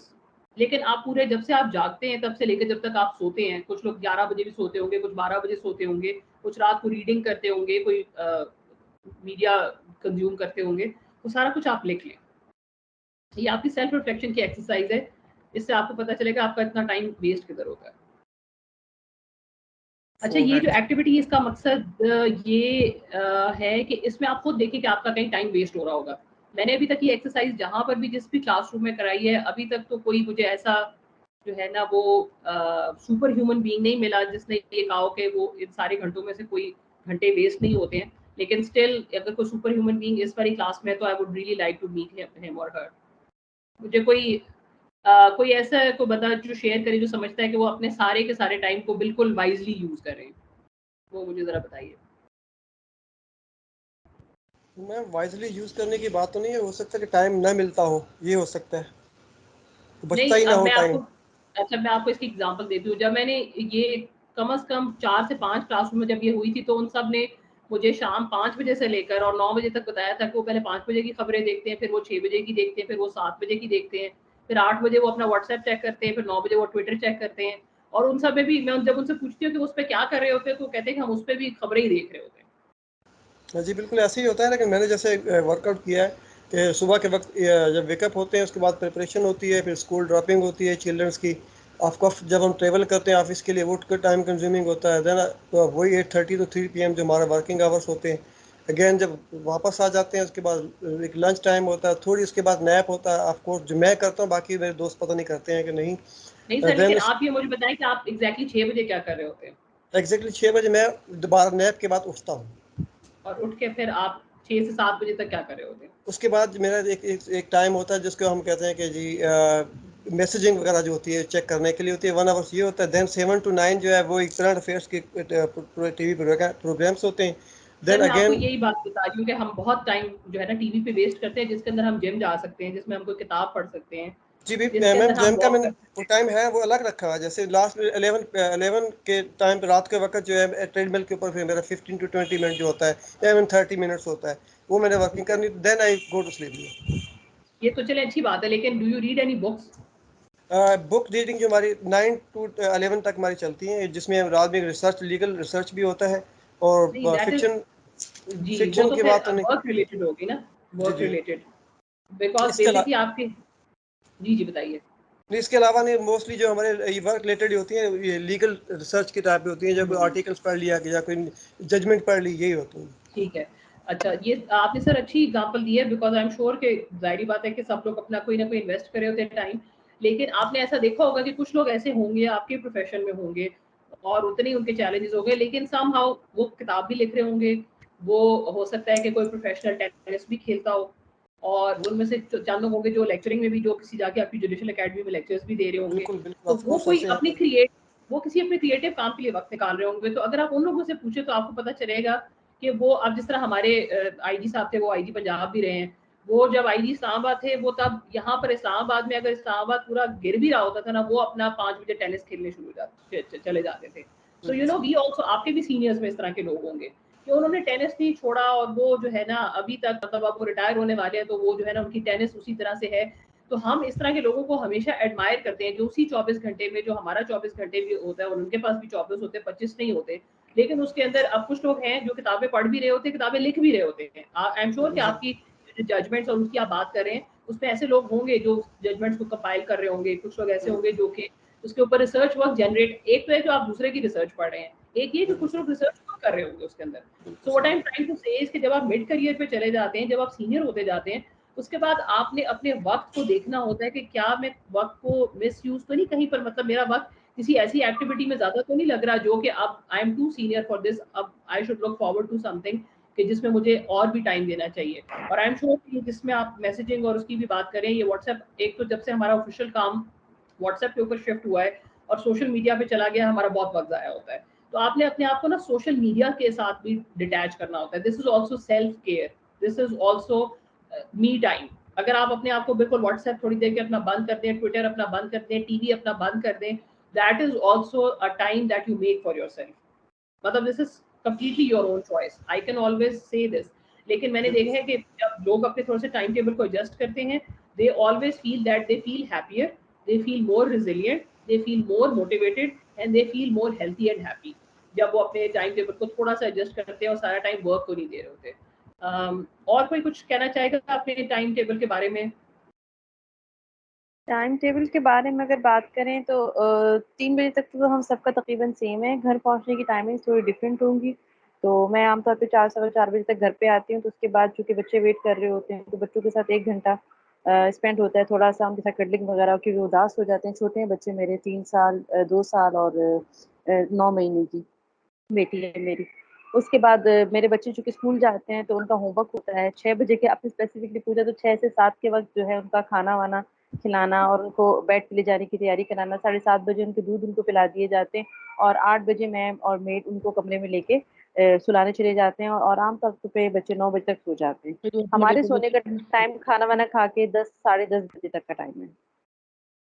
और ऑफ कोर्स मैंने उसके बाद ड्यूटी करनी होती है। ये कौन बात है?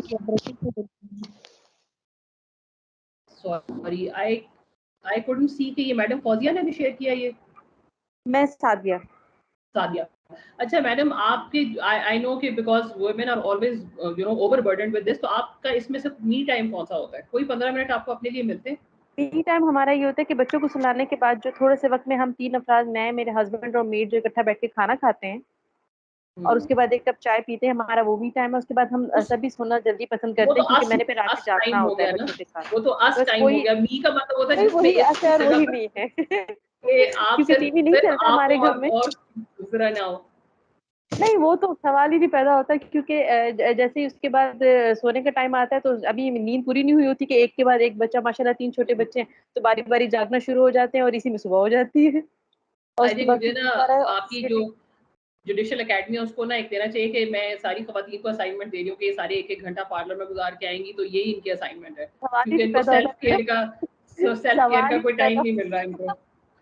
बिल्कुल, इवन ईद पे भी मौका नहीं मिलेगा। Actually you would not believe it, लेकिन this is actually going to improve your work.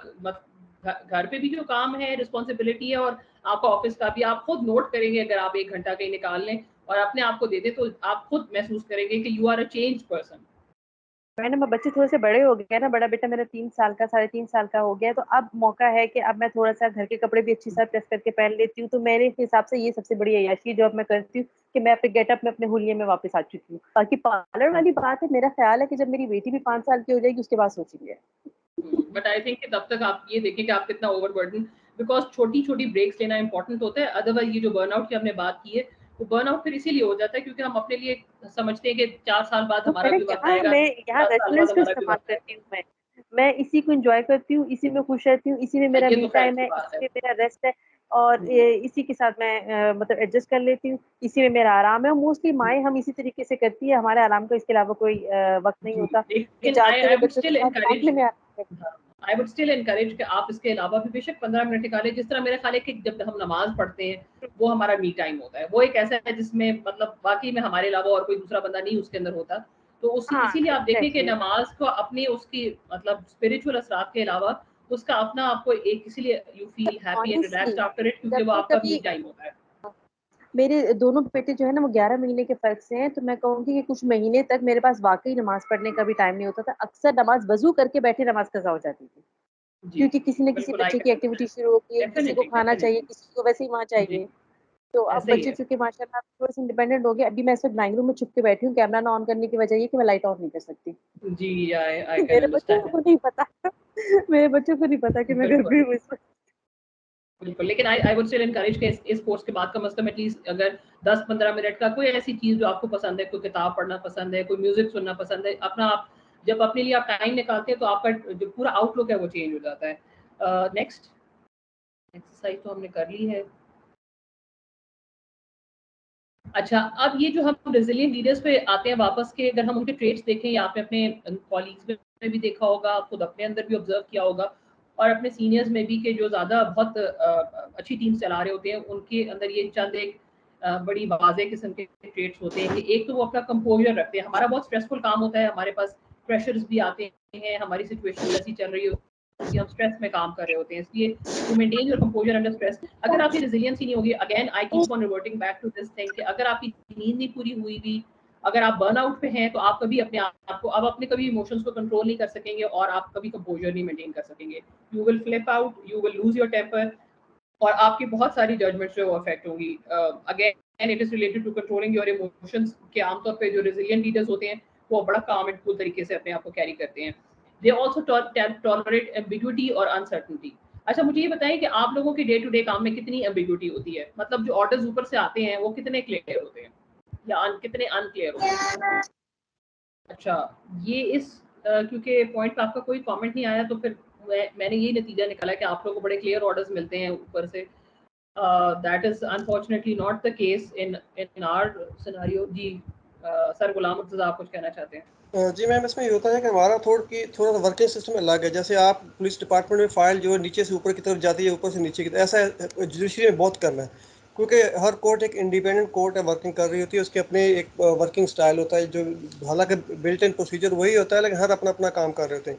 Accept administrative orders कुछ होते हैं जो हाई कोर्ट से कम्युनिकेट होते हैं या कुछ रिपोर्ट्स वगैरह जो होती है वो ऑलमोस्ट क्लियर होती है, उसमें कोई एम्बिग्यूटी कोई नहीं होती। इसलिए ऐसा जो कोई मेरे ख्याल बाकी दोस्त हजरात भी इस किस्म में कोई हैंड रेज नहीं किया किसी ने से। मतलब ये कि आप बड़े प्रिडिक्टेबल एनवायरनमेंट में काम कर रहे होते हैं। हमारी तो अभी आप देखें इस्लामाबाद में जो कुछ भी हो रहा है हमारे लिए तो टोटल एम्बिगुअस है और हमारे लिए हमेशा इस तरफ एक तरफ we are always between the devil and the deep सी।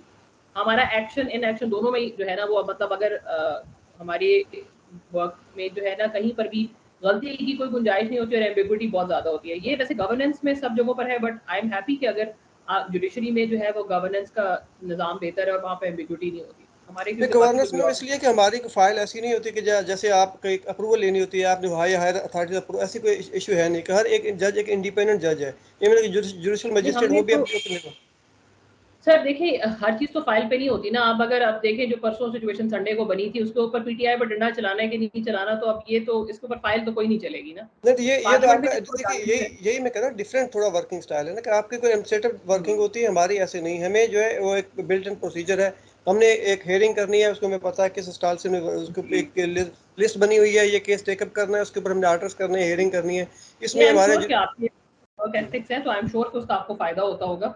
लेकिन बहरहाल वैसे हमारे जो है वो ज्यादा क्योंकि इसीलिए लीडर की कदर भी फिर बहुत की जाती है, जो बेचारा अनसर्टेन और सारी सिचुएशन के अंदर भी बेचारा फ्लिप आउट नहीं करता और अपने मतहतों पे चीखता नहीं है और कंपोजर अपना मेंटेन करता है और एम्बिग्युइटी के साथ डील करता है। हमारा पुलिस का तो बहुत सारा काम जो है वो एम्बिग्युइटी के साथ डील करना है, क्योंकि कभी भी मिनिस्ट्री के ऑर्डर्स कोई क्लियर नहीं होते, प्रोविंशियल गवर्नमेंट्स के कोई ऑर्डर्स क्लियर नहीं होते।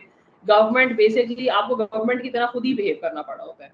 But I am very happy to learn, जिस तरह आई सेड के मेरे मेरे लिए बहुत लर्निंग हो रही है इसमें से कि जुडिशरी किस ये तरह हो काम सकता है, करती ये है। मेरा क्या व्यू है, मैं बाकी दोस्त हजरात में भी डिसएग्री कर सकते हैं, लेकिन मैं ये समझता हूँ कि हम जो डिफरेंट एनवायरनमेंट में काम कर रहे हैं, ये है मेरा view.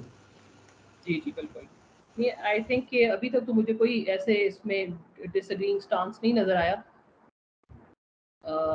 But I am sure कि बेहतर होगा। इसीलिए लेकिन ये कि रेजिलिएंट लीडर्स पर ये होता है कि क्योंकि उनको वो चैलेंजिंग सिचुएशंस में ही उनको गेज किया जा सकता है कि वो कैसा बिहेव करे, तो इसलिए एम्बिग्युइटी के साथ। जी सर अजीज, आप कुछ कहना चाह रहे हैं? बस मैं सेकंड करना चाह रहा हूँ गुलाम मुर्तज़ा साहब की बात को कि ये बिल्कुल जी सही कह रहे हैं। हमारा एनवायरनमेंट थोड़ा-सा इस हिसाब से कदरे डिफरेंट है आप लोगों से। ठीक है, ठीक है। नहीं, I am very happy to learn that कि एटलीस्ट किसी जगह पर तो जो वर्क एथिक्स हैं, और वो आप जिस तरह मुझे टाइमिंग्स का भी सुन के बहुत अच्छा लगा कि आप लोगों ने अपने टाइमिंग्स के भी इसको वर्क कल्चर को थोड़ा चेंज किया है।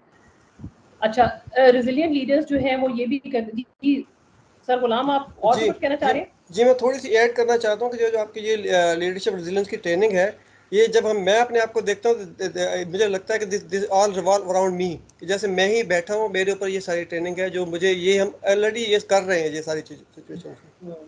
ये बड़ी अच्छी बात है, because I think that is why हमने इसको किया है। लेकिन जो असल आपने देखा होगा कि क्योंकि ज़्यादा पार्टिसिपेंट्स इसमें फीमेल जजेस हैं, तो इसलिए this training is basically built around, क्योंकि जो लेडी ऑफिसर्स या जो फीमेल जजेस होती हैं उनको जो चैलेंजेस हैं वो आपने देखा है कि घर पे उनके चैलेंज थोड़े से फ़र्क है मर्दों से, थोड़ी ज़्यादा उनके ऊपर बर्डन है। वर्क प्लेस में भी उनको बर्डन फिर वो क्योंकि अपना वो कैरी करके आ रही होती है, तो इसलिए ये थोड़ा-सा उनकी फ्यूचर लीडरशिप के लिए इसको हैंडल किया गया है, क्योंकि मर्दों के ऊपर क्योंकि उस तरह का जेंडर्ड रोल्स की वजह से बर्डन ज़्यादा क्योंकि नहीं होता। अब देखिए ना, आई एम श्योर कि यहाँ पर बहुत कम फादर्स इस क्लास में ऐसे होंगे जो वापस जाके बच्चों की कॉपियाँ चेक करते होंगे, उनके टाइम टेबल्स चेक करते होंगे, उनके कब पर्चे आ रहे हैं। इसी तरह जो बच्चे अभी स्कूल नहीं जाते तो उनका वो चेक करते होंगे कि उनकी डॉक्टर की कितनी अपॉइंटमेंट्स हो गई हुई हैं, कितनी वैक्सीनेशन उनकी रहती है और कितनी वैक्सीनेशन हो गई हुई है।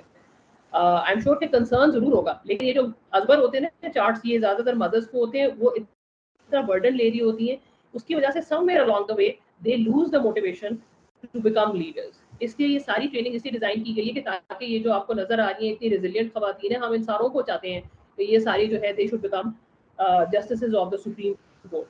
हम इनको बनाना चाहते हैं, हम ट्रेनिंग इसलिए करें कि ताकि इनको कोई लेट आउट का मौका मिले, कोई थोड़ा सा रिफ्लेक्ट करने का मौका मिले। नेक्स्ट, यू हैंडल मिस्टेक्स और सेटबैक्स विद ग्रेस। और जो रेजिलिएंट लीडर होते हैं वो कम्युनिकेट करते हैं कॉन्फिडेंस के साथ, खासतौर पे जब मुश्किल वक्त होता है। रेजिलियंस आपको इमोशनल ओवरलोड के साथ कोप करने में भी हेल्प करती है। आप कोई मुझे इसकी एग्जांपल दे सकते हैं कि इमोशनल ओवरलोड क्या होता है? Assalamu alaikum everybody. Basically, this is the emotional overloaded.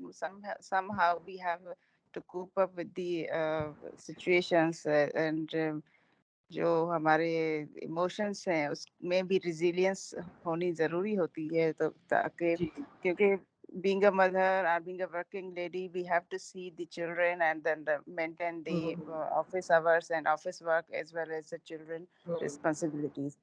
यहाँ पे मेरे ख्याल में जो मेल्स हैं उनके साथ शायद इतनी रिस्पॉन्सिबिलिटी बच्चों की नहीं होती है, उनको ज़्यादा टाइम मिल जाता होगा ऑफिस आवर्स में भी, लेट आवर्स में बैठने का भी, मगर जो मदर्स होती है वो तो इतना नहीं बैठ सकती, वो तो अपना काम उस गिवन जो टाइम है उसके अंदर देना होता है।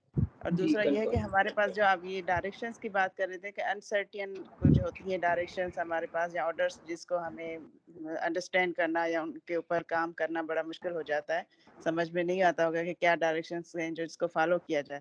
हमारे पास इसी तरह की सिचुएशंस नहीं होती, मोस्टली जुडिशरी में क्रिस्टल क्लियर डायरेक्शंस होती हैं मोस्ट ऑफ द टाइम। जो अपेक्स कोर्ट्स की भी आती हैं वो भी हमें पता होता है कि क्या डायरेक्शंस हमें दी गई हैं और हम उसके मुताबिक काम करते हैं, तो इस तरह से तो कोई नहीं है। तो अदरवाइज दूसरा ये है कि हर डिपार्टमेंट में एक डिफरेंट तरीके से काम करने की सलाहियत होती है और उनको एक डिफरेंट वे में भी, जाहिर सी बात है हम जो जुडिशियल सिस्टम में काम करते हैं there is a different way to work, और जो पुलिस में है या एग्जीक्यूटिव हैं उनको एडमिनिस्ट्रेटिव तरीके ज़्यादा यूज़ करने होते हैं, उनको कंट्रोल करना, सिचुएशंस को कोप अप करना।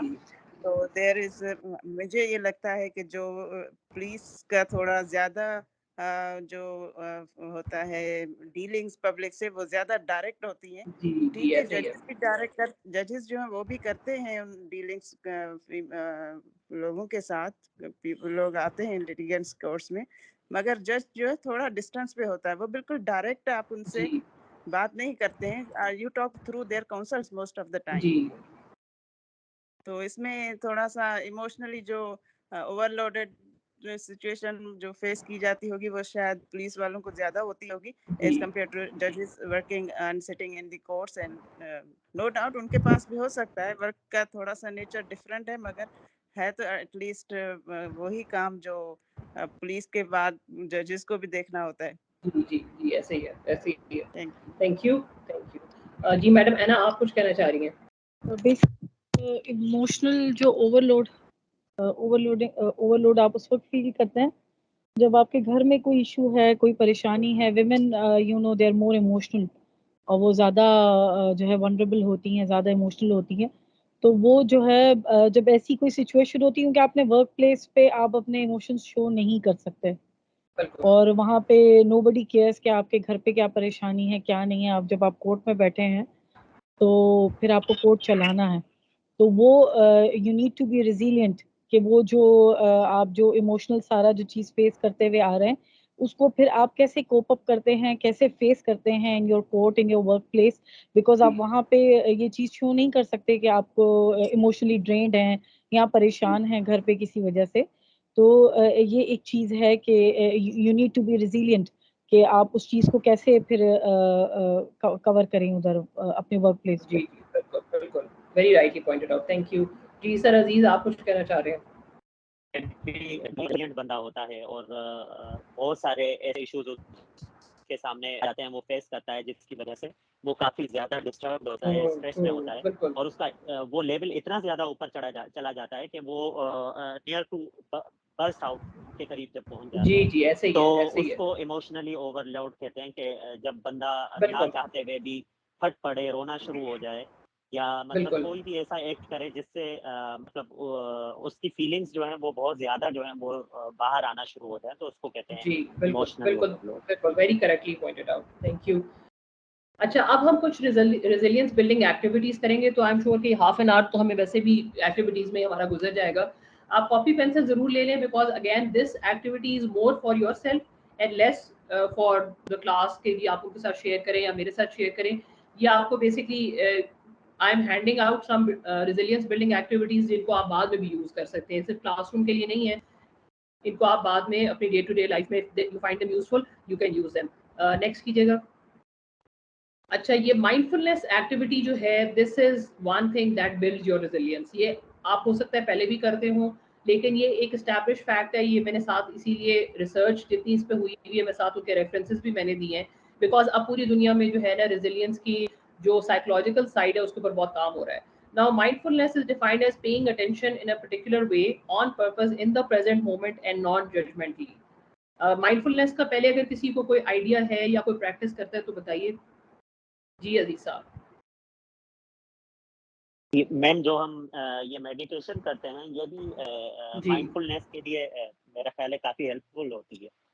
ठीक है। जी जी बिल्कुल, ये माइंडफुलनेस जितना आप प्रैक्टिस करते हैं, बेसिकली तो जो हम नमाज भी पढ़ते हैं उसके अंदर हमें मतलब बताया ही जाता है कि आप नमाज के अल्फाज की तरफ ध्यान रखें। नमाज की एक्टिविटी के तौर पे तो नमाज इटसेल्फ भी मेडिटेशन की ही एक फॉर्म है। तो ये mindfulness activity, I am sure कि अगर सबको इसके ऊपर कोई डाउट नहीं है या कोई अंडरस्टैंडिंग का इशू नहीं है, तो ये हम एक एक्टिविटी करेंगे माइंडफुलनेस की। अभी आप सब एक एक्टिविटी कीजिए। I am sure I am audible to everyone. अगर किसी को आवाज नहीं आ रही तो मुझे बता दें, I can write in the chat box. एक माइंडफुलनेस की एक्टिविटी अभी 1 मिनट के लिए हम सारे करेंगे। आप सारे जिस जगह पर बैठे हैं, you can pick up one of the things for your 5 senses, या आप अपनी स्मेल की सेंस को 1 मिनट के लिए ऑब्जर्व करें, या अपनी साइट की सेंस को 1 मिनट के लिए ऑब्जर्व करें, या अपनी हेयरिंग की सेंस को 1 मिनट के लिए ऑब्जर्व करें। What are you hearing? हो सकता है आपको पंखे की आवाज आएगी, आपको बच्चे की आवाज आएगी, नेक्स्ट डोर कोई एक्टिविटी हो रही है उसकी आवाज आएगी। अपनी 5 सेंसेस में से किसी एक को 1 मिनट के लिए एनहांस करके तवज्जो दें। या आप मतलब कुछ स्मेल करने की कोशिश कर सकते हैं, कुछ देखने की कर सकते हैं, लेकिन 1 मिनट अब एक्टिविटी करें। हम 1 मिनट के बाद फिर कंटिन्यू करेंगे।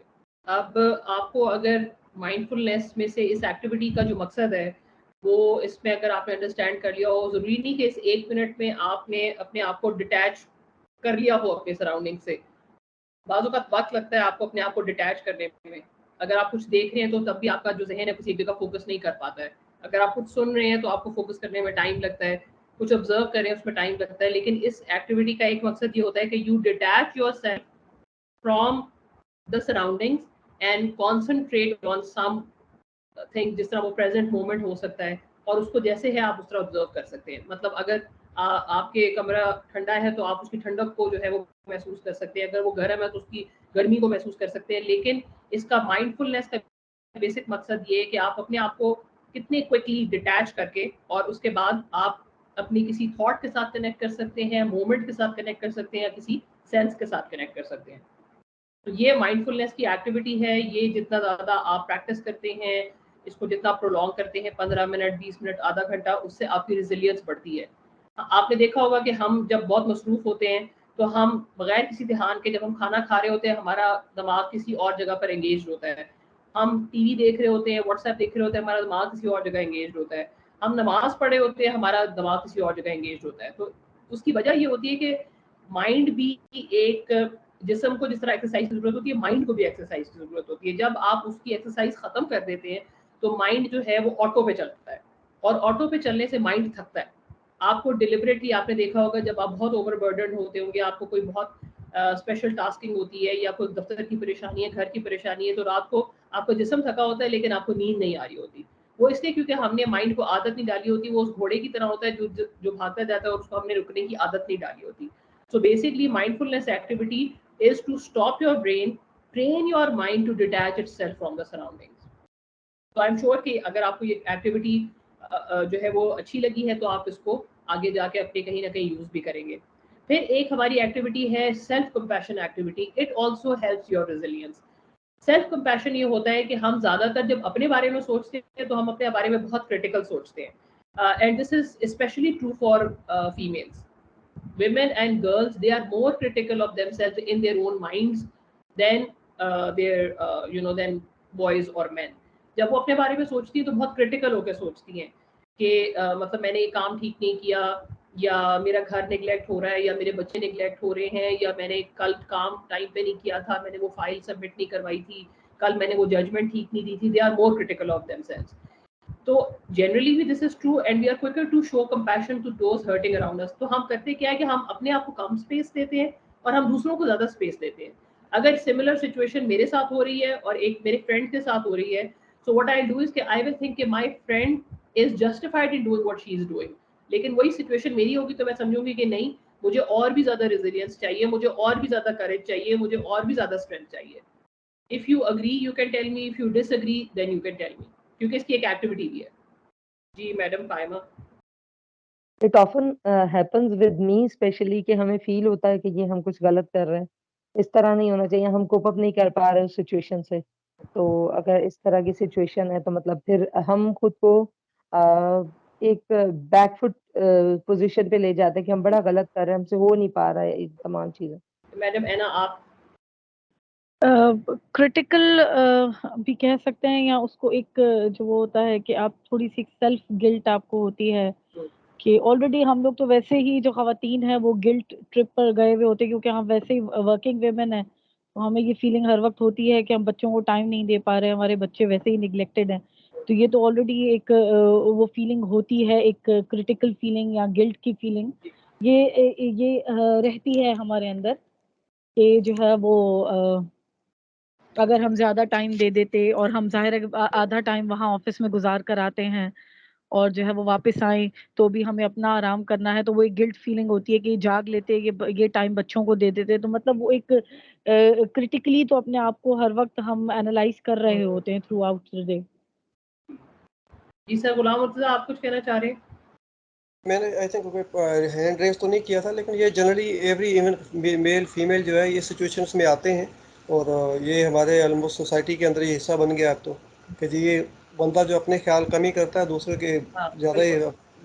तो ये बेसिकली आप देखें कि ये इसका नेगेटिव इम्पैक्ट क्या होता है कि इससे आपकी रेजिलियंस नीचे जाती है। ये होता है ना, आप कभी कोई जिस तरह बच्चे आपके कोई वीडियो गेम खेल रहे हो या आपने कभी कोई गेम खेली तो उसमें होता है ना कि आप बहुत आपको मार पड़ती है तो आपकी एनर्जी कम होती जाती है। तो बेसिकली ये जो सेल्फ कंपैशन की एक्टिविटी, हम इतना ज़्यादा सेल्फ क्रिटिकल होते हैं कि बाहर तो किसी को आके बाहर से किसी को आके हमें मारने की कोई जरूरत नहीं है, हम खुद ही अपने आप को इतना ज्यादा क्रिटिसाइज कर रहे होते हैं।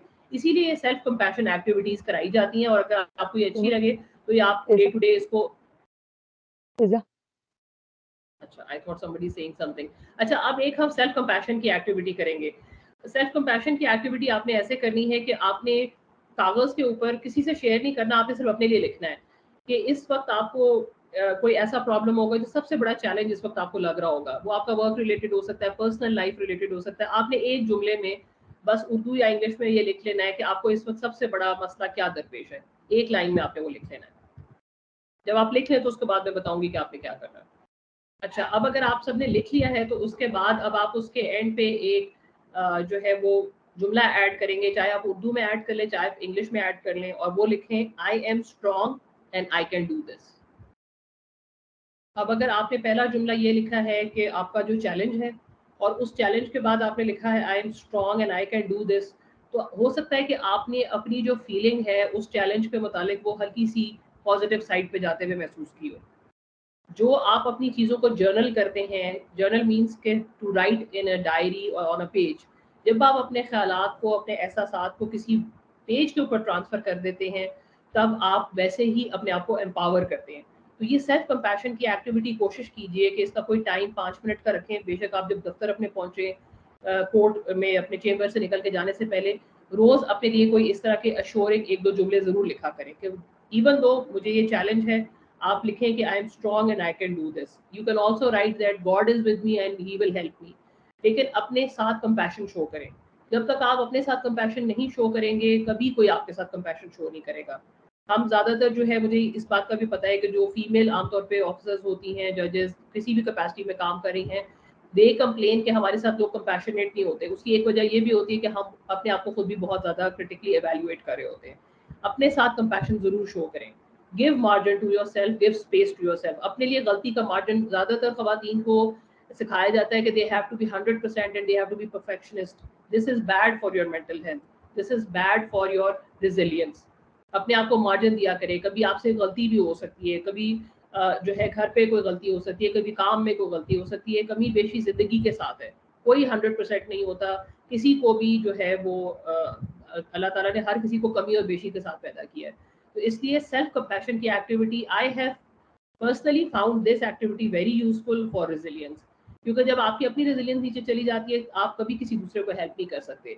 जितना आपका सेल्फ कंपैशन ज़्यादा होगा, आई एम टेलिंग यू, जब आप अपने आप को माफ़ करना सीख लेंगे, आप लोगों को माफ़ करना भी सीख लेंगे। If somebody has any observation about this activity, तो please share कीजिए। So if there is no show of hands, so I'm presuming that you agree with what I'm saying. अच्छा, फिर एक एक्टिविटी होती है सेल्फ अवेयरनेस एक्टिविटी। ये भी resilience के लिए बहुत ज़रूरी होती है। सेल्फ अवेयरनेस में जो है ना, सेल्फ अवेयरनेस की बहुत डेफिनेशंस है, but it is often defined as the ability to engage in some kind of reflective awareness. ये बेसिकली आपको बहुत सारे लॉ के बारे में बहुत पता होगा, अपने काम के बारे में बहुत पता होगा, कोर्ट के काम के बारे में बहुत पता होगा, लोग किस तरह के होते हैं, क्रिमिनल्स कैसे होते हैं, लोग आमतौर पे एक दूसरे को धोखा कैसे देते हैं, बहुत सारी वर्ल्डली विजडम आपके पास होगी। लेकिन आप खुद क्या हैं, कैसे हैं, और आपके सेल्फ ट्रेट्स क्या है, स्ट्रेंथ्स क्या है, वीकनेसेस क्या है, वो शायद आपने उन पर कभी बहुत ज़्यादा इस तरह गौर नहीं किया होगा। तो सेल्फ अवेयरनेस एक्टिविटी भी रेजिलियंस को बढ़ाती है। The more you indulge in self awareness activities, that ensures that you are more resilient. अब सेल्फ अवेयरनेस एक्टिविटी जो होती है, उसमें आप मुख्तलिफ तरह से सेल्फ अवेयरनेस को अप्रोच कर सकते हैं। हमारे अगर आप देखें तो मज़हब में भी ये बताया गया कि जिसने अपने आप को पहचाना उसने खुदा को पहचाना, क्योंकि अपने आप के जो बारे में जो आपकी राय होती है, जो आपकी मालूमात होती है, हम सबसे कम तवज्जो अपने ऊपर देते हैं। हमारी ज़्यादातर तवज्जो एक्सटर्नल और बाहर की तरफ होती है। We are not inward looking, we are more outward looking. तो सेल्फ अवेयरनेस की एक्टिविटीज़ करना भी बहुत ज़रूरी होती हैं। एक सेल्फ अवेयरनेस एक्टिविटी हम इधर करेंगे, और आप सब अपने कागज़ पे एक एक सब फिर दोबारा से एक लाइन लिखेंगे। आप उस लाइन के अंदर लिखेंगे कि आपकी सबसे बड़ी स्ट्रेंथ क्या है। एक लाइन में आप सब अपने जो भी कागज़ पेंसिल आपने लिया उसके ऊपर आप लिखें। And I am telling you, obviously I can not see you on your cameras, लेकिन एक चीज़ आप लिखते हैं और एक चीज़ आप ज़हन में सोचते हैं, उनका इम्पैक्ट बिल्कुल आपकी बॉडी के ऊपर डिफरेंट होता है। अगर आप लिखेंगे, it will empower you more. आप सोचने को भी कर सकते हैं, अपने दिमाग में भी पॉजिटिव सोच का असर होता है, लेकिन लिख लेने से वो चीज़ एक तरह से एच हो जाती है और वो एक सेल्फ फुलफिलिंग प्रोफेसी बन जाती है।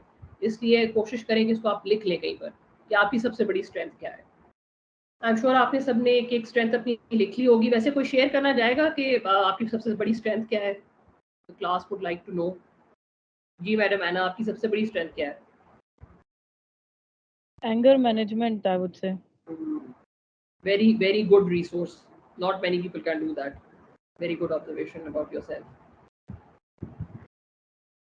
और कोई अपनी कोई बड़ी स्ट्रेंथ बताना चाहेगा? Mr. Ghulam Murtaza used chat box and said self-belief and persistency. Very good observation, and this is very necessary for a leader. Self-belief and persistency. और कोई शेयर करना चाहेगा? चैट बॉक्स में लिख दे बेशक। जी मैडम ईशा। जी polite behaviour. Very good. Polite behavior is your biggest strength. Yes. Okay, thank you. Anyone else? Miss Nazia Azim is saying confidence. Confidence. I'm sure this is a very big asset and a very necessary trait for leaders. Confidence is a must. तो इसलिए self awareness आप कोशिश करें कि self awareness की exercises को अपना daily routine का पार्ट बनाएं कि सेल्फ अवेयरनेस के ऊपर कोई ना कोई आप एक्टिविटी ऐसे करें जिससे आपका सेल्फ अवेयरनेस बढ़े। उसमें आप अपने मुतालिक कोई पैराग्राफ भी लिख सकते हैं, उसके अंदर आप जो है कुछ ना कुछ अपनी जर्नलिंग के अलावा कोई किताबें इस तरह की पढ़ सकते हैं which can help you, because आपको अपनी पर्सनैलिटी टाइप पहले पता करनी पड़ेगी कि देखें कि आपकी पर्सनैलिटी टाइप क्या है। लोग एक्सट्रोवर्टेड होते हैं, इंट्रोवर्टेड होते हैं, फिर पर्सनैलिटी टाइप्स होती है। तो इसलिए जो लोग अपने बारे में जानना चाहते हैं, आपको हो सकता है कोई पूछे कि जी आप वर्क प्लेस पे फलां शख्स है, उसके बारे में आपकी क्या राय है, तो आप बताएंगे कि जी वो काम में ऐसा है, पर्सनल लाइफ में ऐसा है, वो बात इस तरीके से करता है। आप ये देखें कि क्या आप उसी श्योरिटी के साथ अपने मुतालिक बात कर सकते हैं। क्या आप ये कह सकते हैं जिस तरह भी आपने कहा कि मेरी बिगेस्ट स्ट्रेंथ ये है, लेकिन आपने देखा होगा कि अनसर्टन सिचुएशंस में आप अनसर्टन बिहेवियर्स भी एग्जिबिट कर रहे होते हैं। So the more you know about yourself, the more you can be in control of your behaviors and your emotions and the way you conduct yourself. अच्छा, इसी में एक resilience की exercise होती है strengths and gifts activity, ये भी अभी हम करेंगे। Identifying and leveraging strengths enhances resilience. जितना ज़्यादा जिसको हमारे जो है वो मतलब बहुत emphasize हमारे दीन में भी किया गया है कि जी आप अगर अपनी नियमतों को शुमार करते हैं तो आपके अंदर gratitude बढ़ता है और आप उसके लिए बहुत grateful होते हैं। तो आपको अपने स्ट्रेंथ्स और गिफ्ट्स आप एक पेज के ऊपर कोशिश करें कि जो इमीडिएटली अभी आपके जहन में आते हैं आप लिखें कि आपकी 3-4 स्ट्रेंथ्स क्या है, जिस तरह आपने एक स्ट्रेंथ लिखी है, और साथ ऐसी चीज़ें जिनको आप समझते हैं कि अल्लाह ताला ने वो आपको एक नेमत के तौर पे दी है, जिसमें आपकी कोई अपनी कोई एफर्ट शामिल नहीं थी, आपकी कोई मेहनत शामिल नहीं थी, वो सिर्फ अल्लाह की तरफ से आपको वो कोई भी चीज़ हो सकती है, वो औलाद हो सकती है, वो आपकी नौकरी हो सकती है, वो आप सेहत हो सकती है। लेकिन हम क्योंकि ये एक्टिविटी इस तरह से बैठ के लिख के नहीं करते, तो इसीलिए हमारी रिजिलियंस जो है वो थोड़ी सी अफेक्ट होती है। अगर हम अपनी स्ट्रेंथ्स को और अपने गिफ्ट्स को अगर हम किसी जगह पर डॉक्यूमेंट करें डेली, तो उससे हमारा जो है ना रिजिलियंस बढ़ती है। तो आप कोशिश कीजिए कि 4 से 5 चीज़ें ऐसी आप कागज़ पे सोच के लिखें जो आपकी ज़िंदगी में आप समझते हैं कि आप टोटली अल्लाह की तरफ से आपको नेमत के तौर पर अल्लाह ताला ने दी है, और अगर आप कोशिश करते, कितने लोग हैं जो उसके लिए कोशिश करते हैं लेकिन वो हासिल नहीं कर पाते। Let's move on to the next one. I am sure कि आपने कुछ ना कुछ उसमें लिखा होगा अपने कागज़ में, और आपने देखा होगा कि कुछ ऐसी चीज़ें हैं जो आप उसके अंदर आपने ग्रैटिट्यूड, अगर आपको ये एक्टिविटी आपको लगता है कि ये आपको अच्छी लगी है and it is close to something that you do daily, तो कोशिश करें कि ग्रैटिट्यूड और गिफ्ट्स की एक्टिविटी को अपनी रेजिलियंस बेहतर करने के लिए अपनी डे टू डे रूटीन में शामिल करें। Then we move on to purpose activity. Now purpose activity, ये रिसर्च एक फैक्ट है जो कि रिसर्चर का नाम और मैंने रेफरेंस भी दिया हुआ है कि purpose somehow gives your brain resilience. It makes your brain stronger and more resistant to the effects of diseases like Alzheimer's और भी बहुत सारी डिजीजेस। अगर आपकी ज़िंदगी में कोई मकसद होता है, वो मकसद कोई भी बहुत लार्जर गोल भी हो सकता है, कोई बहुत स्मॉल गोल भी हो सकता है, लेकिन एक पर्पस है। जिस तरह आप कहें कि जी I live for my children, I live for my family, I live for my work, I live to help the poor, I live to help the vulnerable. तो जब तक जिन लोगों के आप देखिए ज़िंदगी में कोई छोटा या बड़ा मकसद होता है, वो आमतौर पे बीमारियों से भी महफूज रहते हैं और उनकी रेजिलियंस भी बेहतर होती है। जो लोग डे टू डे जिंदगी गुजारते हैं कि जी आज का दिन गुजर गया, शुक्र है जी, आज कोई जो है ना वो बस ठीक है दफ्तर चले गए, वापस आ गए, अपना काम कर लिया और डे टू डे रूटीन में, लेकिन वो पर्पस के बगैर जिंदगी गुजारते हैं। और उनसे अगर आप पूछें और अपने आप को भी अगर आप इस पर जज करना चाहें कि अगर आप किसी पर्पस आपकी जिंदगी में कोई आप आइडेंटिफाई कर लेते हैं तो it will help you build your resilience, क्योंकि पर्पस के साथ आपके साथ एक मकसद में आपकी मोटिवेशन, इंस्पिरेशन अटैच हो जाती है। जब आपका पर्पस जो है वो डे टू डे आज का दिन गुजारना होता है तो फिर आप इतने ज़्यादा रेजिलियंट नहीं रह जाते। इसी तरह एक एक्टिविटी होती है positive psychology activity. Now research has supported the effectiveness of interventions and the positive impact of well-being and resilience. अच्छा, पॉजिटिव साइकोलॉजी की एक्टिविटी ये होती है कि आप एक सिचुएशन है उसकी एक पॉजिटिव भी तरीके से आप उसको कर सकते हैं अप्रोच, और उसको नेगेटिव तरीके से भी कर सकते हैं। चैलेंजेस और सेटबैक सब लोगों को आते हैं। पॉजिटिव साइकोलॉजी एक्टिविटी होती है कि आप आहिस्ता आहिस्ता एक अपनी हैबिट फॉर्म कर लेते हैं कि जो मर्जी चैलेंज या सेटबैक आए मैं उसकी पॉजिटिव साइड को देखूंगा। फॉर एग्जाम्पल अभी हम ट्रेनिंग कर रहे हैं और इसमें दरमियान में अगर लाइट चली जाती है तो उसमें उसको अप्रोच करने के दोनों तरीके हो सकते हैं। I can panic, I can say कि अब लाइट चली गई है तो अब ट्रेनिंग का क्या होगा। ऑब्वियसली आप लोग सारे बहुत खुश होंगे, लेकिन मेरे लिए इतनी खुशी की बात नहीं होगी, क्योंकि मेरे ज़हन में ये आएगा कि जी अब तो ये अभी कोर्स कंटेंट इतना पड़ा है, रमज़ान भी है, ये कैसे कवर होगा। दूसरी सूरत ये है कि I try to find a solution to it and I say कि मे बी अभी थोड़ी देर तक आ जाती है, maybe I can connect with some alternate source of energy. जब आप पॉजिटिव सोचने की अपने आप को हैबिट आप अपनी बना लेते हैं तो आहिस्ता आहिस्ता आपकी प्रॉब्लम सॉल्विंग और क्रिटिकल थिंकिंग की जो कैपेसिटी वो इन्हांस हो जाती है। तो इसलिए कोशिश करें कि जब भी आपको कोई सेटबैक चैलेंज आए तो उसको बेशक एक तसव्वुराती हो, लेकिन एक उसके पॉजिटिव अप्रोच जो है वो अडॉप्ट करने की कोशिश करें।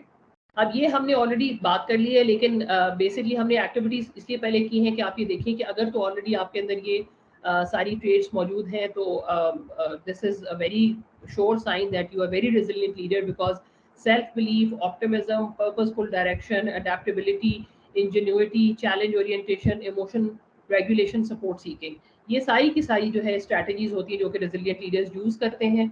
और अगर आप चाहते हैं कि आपकी ये डे टू डे बिहेवियर के अंदर जो है ये प्रॉपर आपके बिहेवियर का पार्ट बन जाए तो फिर आपको कुछ रेजिलियंस एक्टिविटीज को 2, 3, 4 जितनी आप अफोर्ड कर सकते हैं आपको अपनी डेली रूटीन में शामिल करनी चाहिए।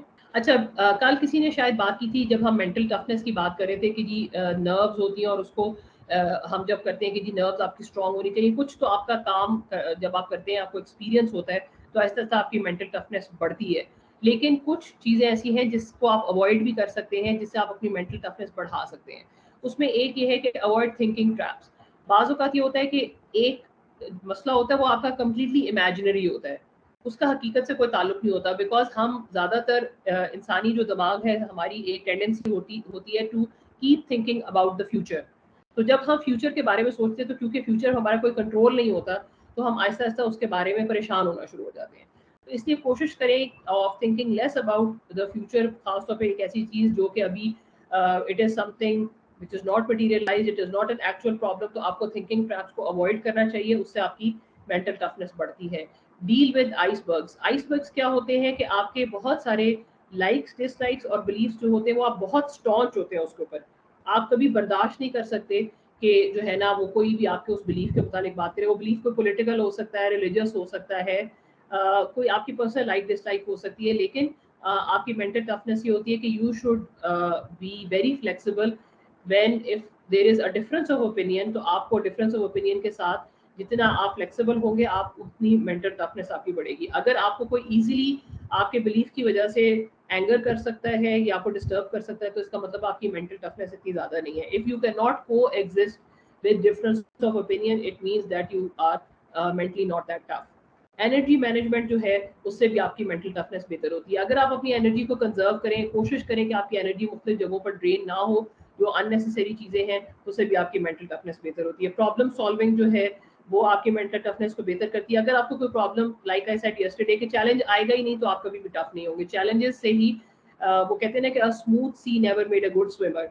तो जब तक आपको चैलेंजेस नहीं आएंगे you can not be a very good excellent swimmer. You can also minimise catastrophic thinking. Catastrophic thinking ये होती है कि I would again go back to how you know women think.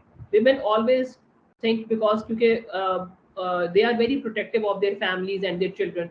तो ख़वातीन हमेशा ना worst case scenario सोचती हैं, घर से वो निकल जाती हैं अपनी वर्क प्लेस के लिए, पीछे से उनके ज़हन में आता है कि मैंने इस्त्री बंद कर दी थी, चूल्हा बंद कर दिया था, what if there is an explosion. I am sure कि a lot of men also think like that. लेकिन ये जो catastrophic thinking होती है ना, females have a tendency to think about these things more, which are sort of they are worrying about a lot of things. Do the females agree or disagree? Okay, madam Faima is agreeing. इसका मतलब है कि जो है ना उनको भी ऐसे ख्याल आते हैं जब वो, because you know when you are not even when your kids are in the school, so I am sure कि a lot of mothers at their workplaces are thinking के of different things के पता नहीं बच्चे का lunch गुम ना हो गया हो, पता नहीं उसने लंच किया था कि नहीं, उसने पता नहीं पानी पिया होगा कि नहीं, उसको कोई चोट तो नहीं लगी होगी, आज उनका जो है फिजिकल एक्टिविटी का दिन था, पता नहीं टीचर ने उसको लंच दिया होगा. सो यू नो इससे होता ही कि आपका मेंटल बर्डन बहुत बढ़ जाता है. तो इसलिए कोशिश आपने ये करनी होती है कि कैटास्ट्रोफिक थिंकिंग को आपने मिनिमाइज करना है और कोशिश करनी है कि अगर कोई एक्चुअल प्रॉब्लम नहीं है तो उसको इमेजिन ना किया जाए. इसको आपको क्योंकि जो है वो deliberately you have to actually do that with deliberate effort.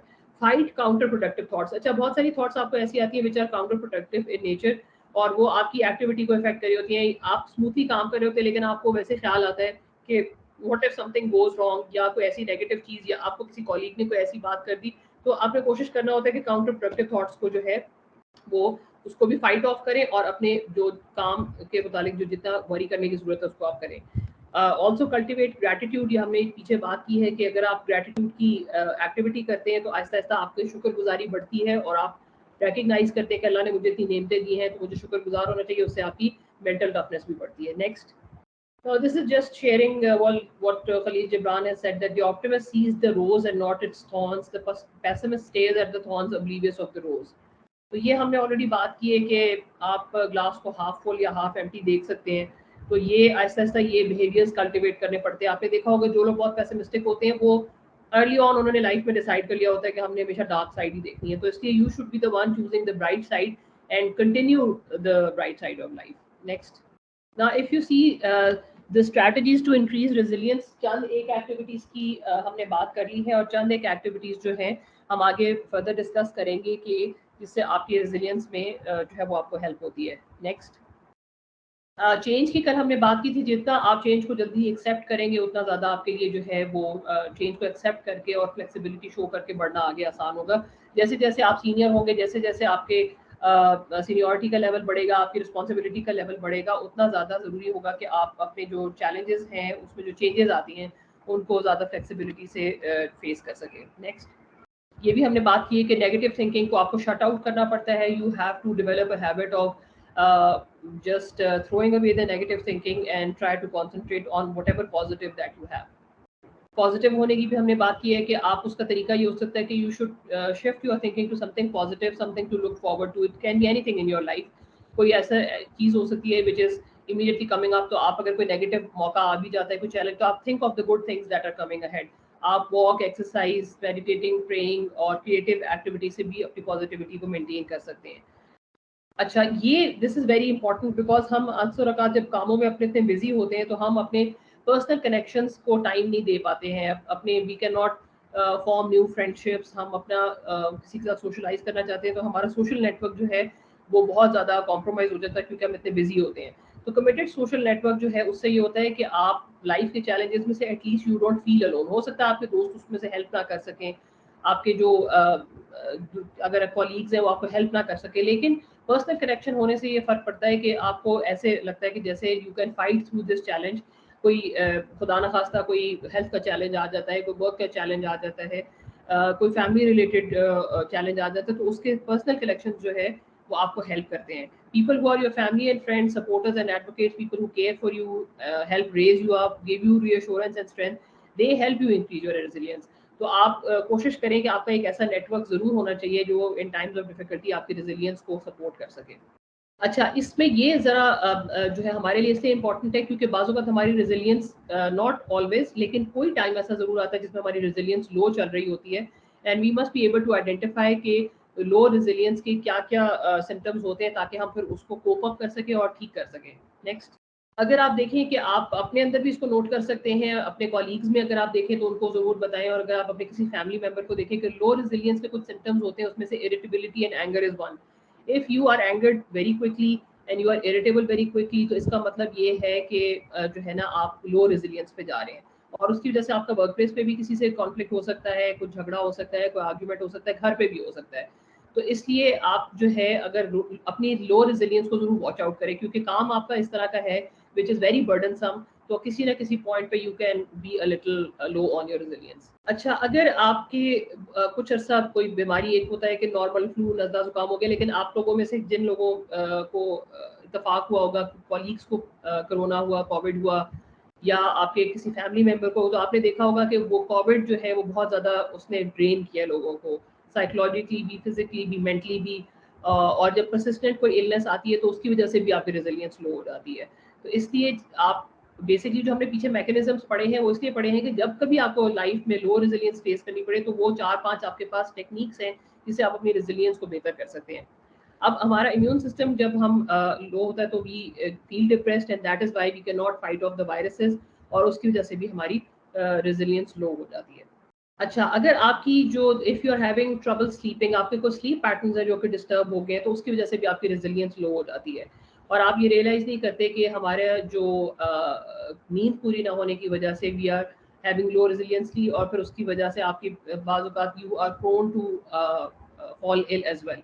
तो इसलिए आप ये देखें कि अगर आपके स्लीप पैटर्न्स डिस्टर्ब हो रहे हैं तो there is you can see a pattern in your behaviour कि हो सकता है कि आपकी लो रेजिलियंस हो, तो आप कोशिश करें कि अपने स्लीप पैटर्न को फिक्स्ड रखें. अगर कहीं आपको कॉम्प्रोमाइज़ करना भी पड़ता है तो look out and watch out for low resilience.